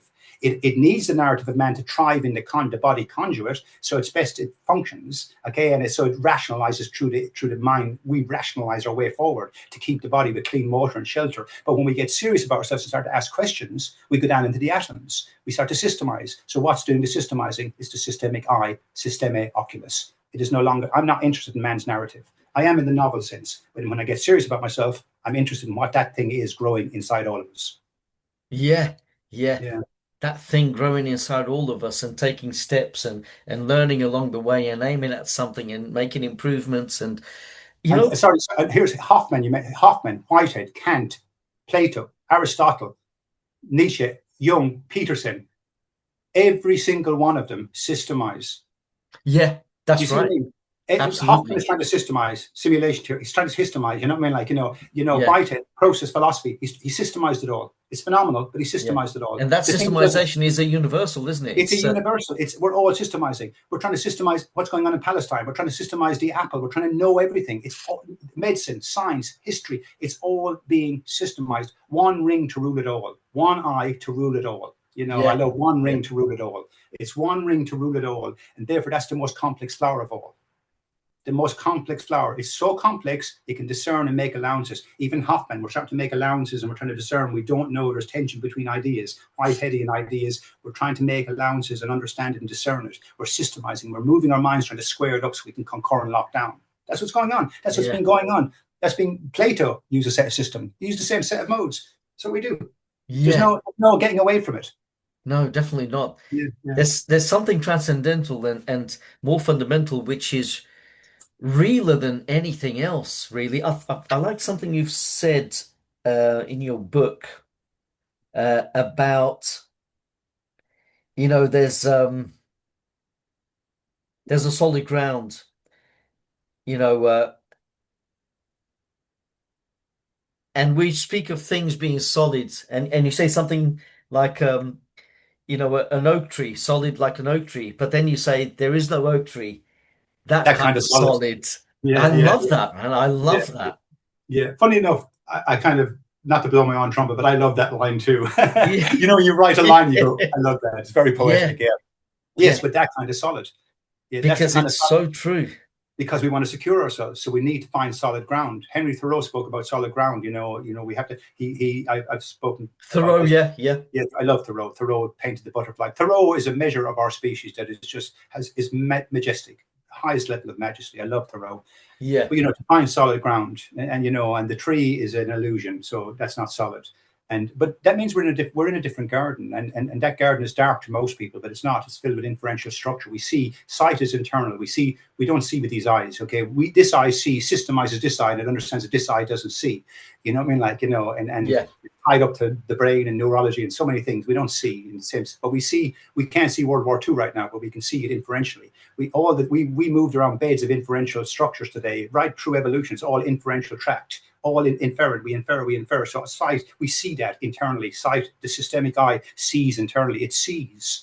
So yeah. it sees in this That's dark right. ocean. So out here is light. We think it's light, but the real light is on the inside. The real light is inferential structure. The real light understands that the tree is not solid. There's something solid about that. That's light. Yeah, Yeah. The yeah. light is in the darkness. The light is in the darkness. Here's a good analogy. I like this perspective. We've all seen the documentaries about the deep underwater fish. These kind of translucent octopus and, weird looking alien creatures. Okay. Yeah, But yeah, they're down in the dark below the dark. Okay. They're down in the deepest of darkness. But we are down in the deepest of darkness. The systemic eye is in the deepest of darkness. It doesn't have this eye. This eye only observes this environment, this external world, which is a space-time illusion. So this eye is just relative, so we can get along out here and pointing points of reference, so we don't walk into walls and so on, and we can fish and we can hunt, and we use that eye. But if you imagine when you meditate, and I often do, when you close your eyes, you are from the core level, wherever that core begins, Planck's constant, who knows, wherever it begins, there is no eye here. So you sit there in an ocean of complete darkness that goes out in every direction to the universal end of wherever. yeah. Okay. Boundless. Yeah, That's the pond you're in. That's the pond you're in, and you're swimming in there. Okay. And if we let go of this realm out here, which I have, that puts me in a dark below the dark, below the dark. It's below water where it isn't even wet. That's where I swim, below water where it isn't even wet. yeah, I swim in there. Now, in there, I mean, that's the ultimate solipsism. Who am I in there? Now, what yeah, connects me is inferential structure.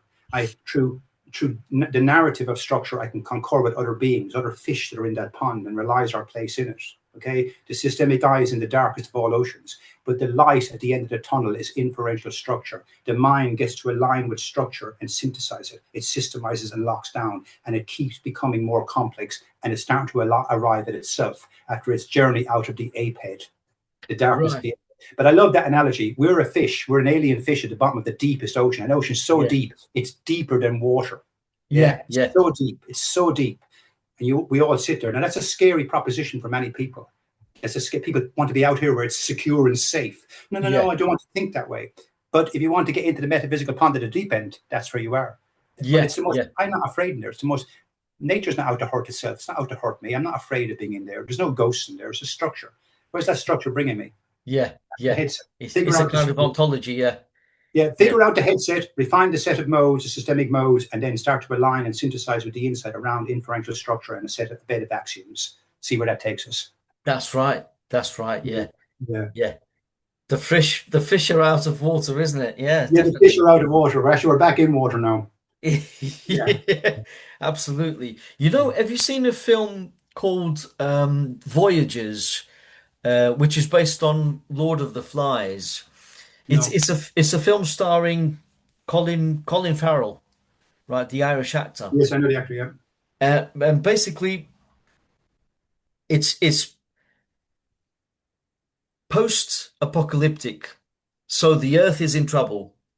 And they build this spaceship, right? This is the synopsis. They build this spaceship, and the spaceship contains crops, contains plants, contains genetic material, DNA, and there's a mission to leave the planet to go to another planet, far, light years away. And this planet is supposed to be like, according to the astronomers' readings, it's supposed to be like a paradise, right? Yeah.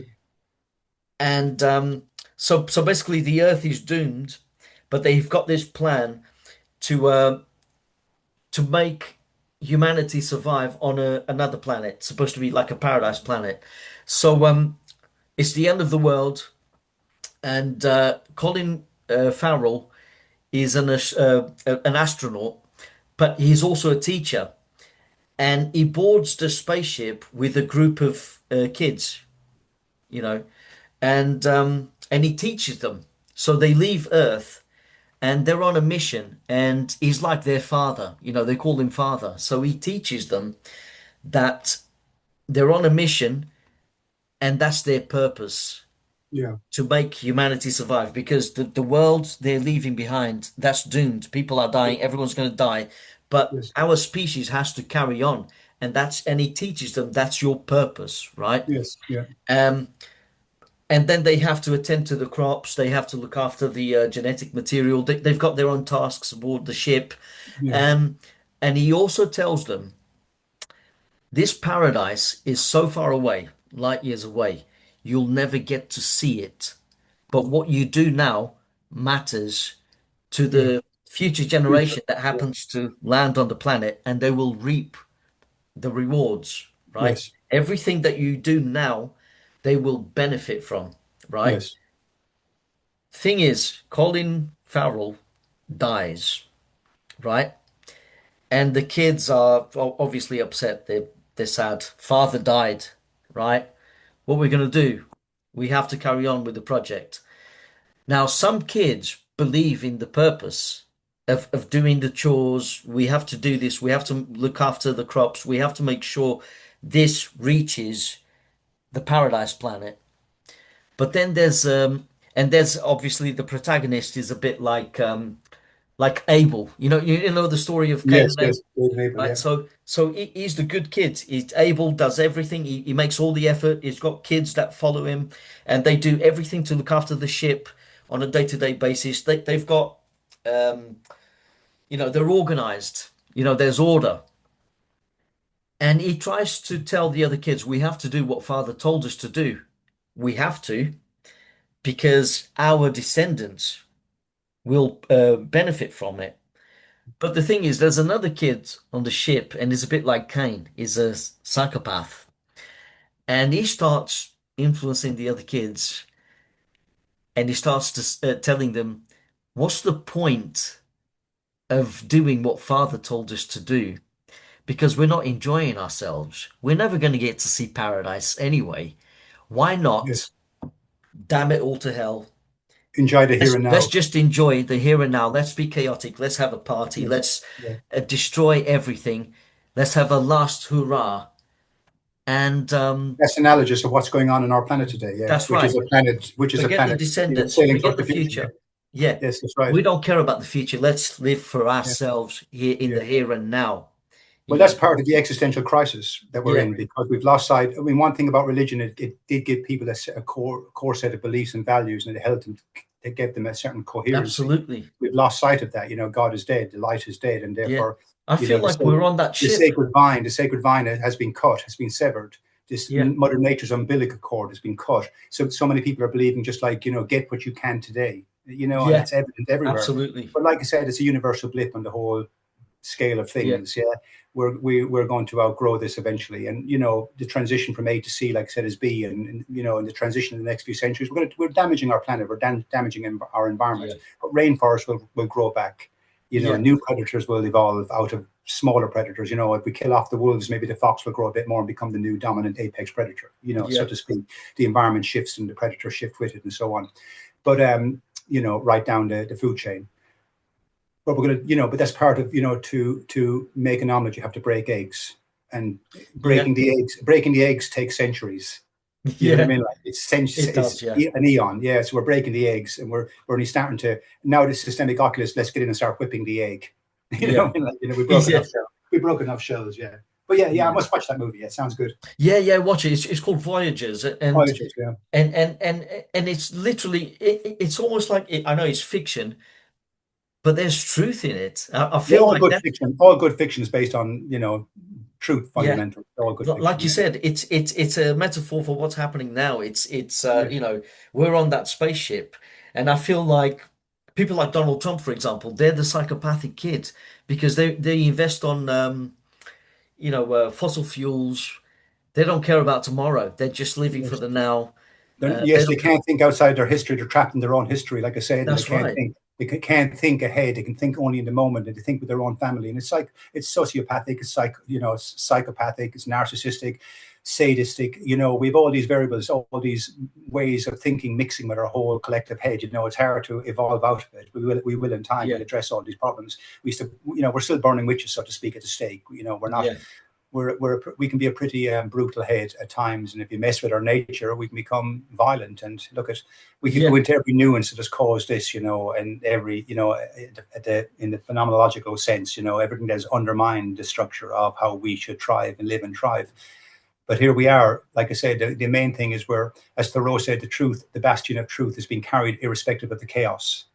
And Yeah. irrespective of what Humpty Trumpty is doing and his ilk and all the bad players on the stage, there's always been bad players on the stage. Yeah. Okay, there's been bad players trying to hinder science and the development of science and burnt them at the stake. There's always been players, and there's been players who felt threatened because their way of life has been threatened, and so on. That's just part of transitioning, because we're not secure around one fundamental set of variables. And That's right. until such time, and it's the one set of variables. You ask a bee if the bee could switch from the hive and said, right, I'll give you your own little hive with 10 bee slave workers and loads of money and loads of everything you want. They go, no, I feel wealthy being part of the hive. Yeah. Okay.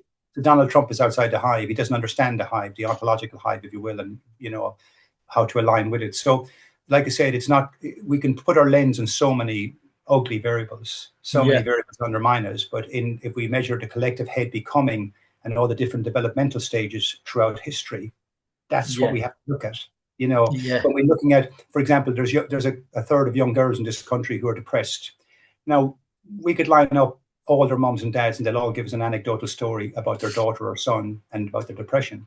But we Yeah. can't know it. We must know it in the demographic sense. We must know it in the collective sense. What's causing young girls? We can't address every one of them. Obviously, they all need individual help. Yeah. But to fix the problem, what's fundamentally gone wrong in Yeah. our societies? There's so many we know social media has added to it. We know poverty and the stresses of that and so on. And we promote beauty above not beautiful and all these illusions. And therefore, there's many nuances we can talk about for a whole hour and what caused Yeah. that. So the anecdote, like I've often said, my granddad got a beating from the Blackened Hands, the British Empire back in the day, lost a sight in his left eye, got a really bad beating. Now, I hated the Blackened Hands beat my granddad up, but that's not why I hate it. I don't hate the British Empire because of a personal anecdote. I hate it because it's an empire. Yeah. Yeah. You know what I mean? I'm not That's going to right. hate Yeah. them because of my own personal anecdote, my own personal feeling. Yeah. Okay, my own Yeah. personal bias and prejudices. That's not why I hate something. I hate anything that creates Yeah. a dysfunctional, path for a species that desires balance. Yeah. So we need to move away from the Donald Trump, the anecdotes, and understand our species. He's just part of a Yeah. monkey head. He's just part of an underdeveloped monkey head. He really is. Yeah. I really Yeah. mean that. I believe he's more connected to monkey than Then systemic optics. that's Yeah, right. Yeah. That's that's right. just how it is. Bless. But based Look, on how the way he behaves, yeah. blessed to live. Look at he had a chance to live on this planet like the rest of us, and he's lived 84 years, and he's undermined his whole life and his whole family name. Bless. That's a hell. Yeah. That's what Jordan Absolutely. Peterson spoke about. Hell. That's hell. Yeah.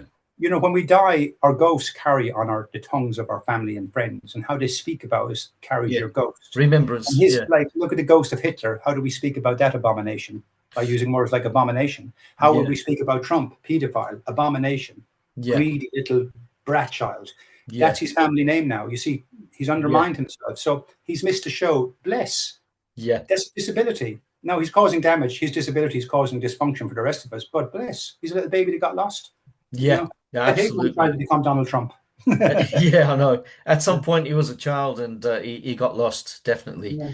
And he became What happened to little baby narcissistic. Hitler? What happened to little baby Hitler? Yeah.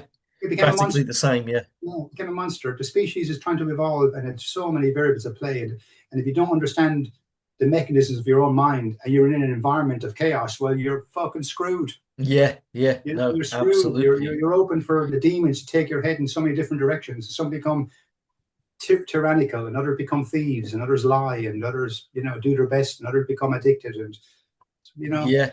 it's hard. It's a hard. We've broken a Yeah. lot of eggs. We need to wake up, everyone, to heed that bastion of truth and to ignore these these narratives, the propaganda, Yeah. everything that's so divisive just needs to go, Well, and I yeah. think at some point we're just gonna have to tear down all the barriers, including notions of you know f- frontiers, Yeah. nations. Everyone's got different values, and you have my truth, you have your truth. I think all of that just needs to go. We're going to have to converge on something that really matters, something real, something Converge real. on the system for right Yeah, until it takes us further. We have to converge on the seat we're in, so we know where else to go. We yeah, have to first get into the headset to know where it's going. We have to. This is my point about you have to comport. We have to. We must say we know enough now. While we think systemically, well, let's comport our mind around that and refine the systemic eye to see where it's going to take us. Because the more we refine things, the more we embody them. So the embodiment will open up as we start to embody it. that's right. That's what secures us. That's the pattern. There isn't an alternative. There isn't an alternative. And in the meantime, it's chaotic. It's chaotic and it's beautiful. It's a whole mix. It's a Yeah, whole cross-pollinating mix of ideas and definitely. angers and tensions and emotions. And Yeah, it's like, I mean, what an amazing species. I mean, you've yeah, measured the we are an whole. amazing species, You absolutely. measured the whole. And what matters is we were talking about there thinking generations ahead. Look, I have no more importance than a slug. Everybody is valuable and important and beautiful. Okay, everyone. They're all doing their best given the environment and their circumstances and all that. But Yeah, who's keeping the future alive? Plato, Aristotle, they're all in our language. They're in our thinking. We're only starting to wake up as a species. We're only at the interface of metaphysics right now. We're only seconds on the evolutionary clock into complex thinking, relatively complex thinking, complex ignorance. But it is through these conversations that the world will reach a more majestic state. It's not yeah, through conversations about football. It's not through conversations about war and greed. And yeah, we need to rule out those things, but we rule them out through complex conversations. And there's no arriving at the future unless, as Thoreau said, some of us are keeping the bastion of truth alive. And we're yeah, having these conversations and we're trying to come to terms with one another, and we're trying to align and understand things in a more complex way because we're designed to do that. And that is what the future will be built on. It's yeah, coming out. We're all part of that network. But equally, my mum wiped my ass. My mum fed me. She's part of that legacy. There's yeah, no me. There's no me without my mum. Never mind Kant. yeah, There's no me without my dad. There's no me without my siblings. There's no me without my friends. There's no me without all the people, all the engineers who built bridges and incubators, and yeah, stunning. We're all becoming. We just need to realize it more. yeah, yeah. Yeah. You remind me of Whitehead because he practically says that we are the concrescence of everything that came before. It's the past coming into being. The past gets recycled into the present. That's right. It's a compressor. It's a constant.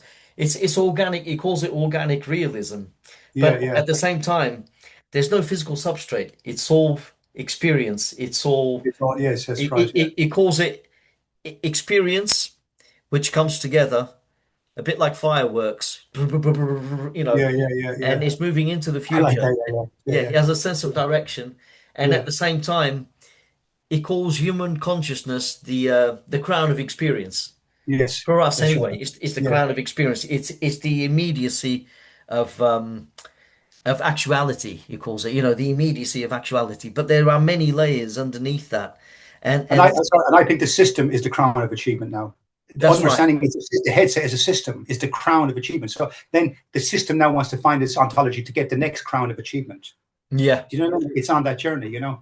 yeah, Yeah, absolutely. yeah, yeah. So yeah, Yeah, White. yeah, I'm liking Whitehead, and yeah. Look, like I yeah, said, we're all doing our best. We're all trying to overcome. We're all trying to share ideas. We're a great species. Somebody said recently, I was listening to some podcast, and they pointed out that so many philosophers were negative about our species. You know, there was always a darkness, Nietzsche, God is dead, and all that. You know, and even there was Nietzsche. light. There was light in that. It wasn't as much negative. He was pointing out to not, we're losing the light, which is a positive thing to say. Because it wants us to keep the light. But my view is of humanity as a phenomenal flower, as something becoming transcendental, of Yeah, something that will reach alignment and harmony. There's beauty in that, that our yeah, spirit will unite around one God eye, one observational eye, and grow into something that's outside our realm of thinking on this day. But that we're part of that, part of its legacy and part of its future legacy. It'll always have a legacy. Even in 100 million years' time, it'll just have 100 million years more of legacy. yeah, Yeah. yeah, And I see everything in the optimistic, positive light. I always praise humanity, and we should. We're not cancerous. I don't measure us because of our transgressions on this day. In the last few centuries, I make allowances because it's part of an evolutionary yeah, development problem. We break eggs to make the omelet. That's why I measure it. So we need to start having a really positive view of our species. We yeah, need to start singing our own song in a harmonious way. We need to start, recognizing every human being. I recognize the king is lost because he thinks he's a king, and I recognize the addict on the street is lost because of the environment and whatever reasons. But inside all of them is a systemic I that has been evolving for 500,000,000 years and maybe more. Who fucking knows? And it's yeah, becoming, and it's trying to do right by itself, its species, and the whole planet. I yeah, mean, fucking spectacular. yeah, Majestic. The monarchy often think themselves as majestic, but I understand majesty. That's why they're not majestic. The parasite is majestic. The worm is majestic. The slug is majestic.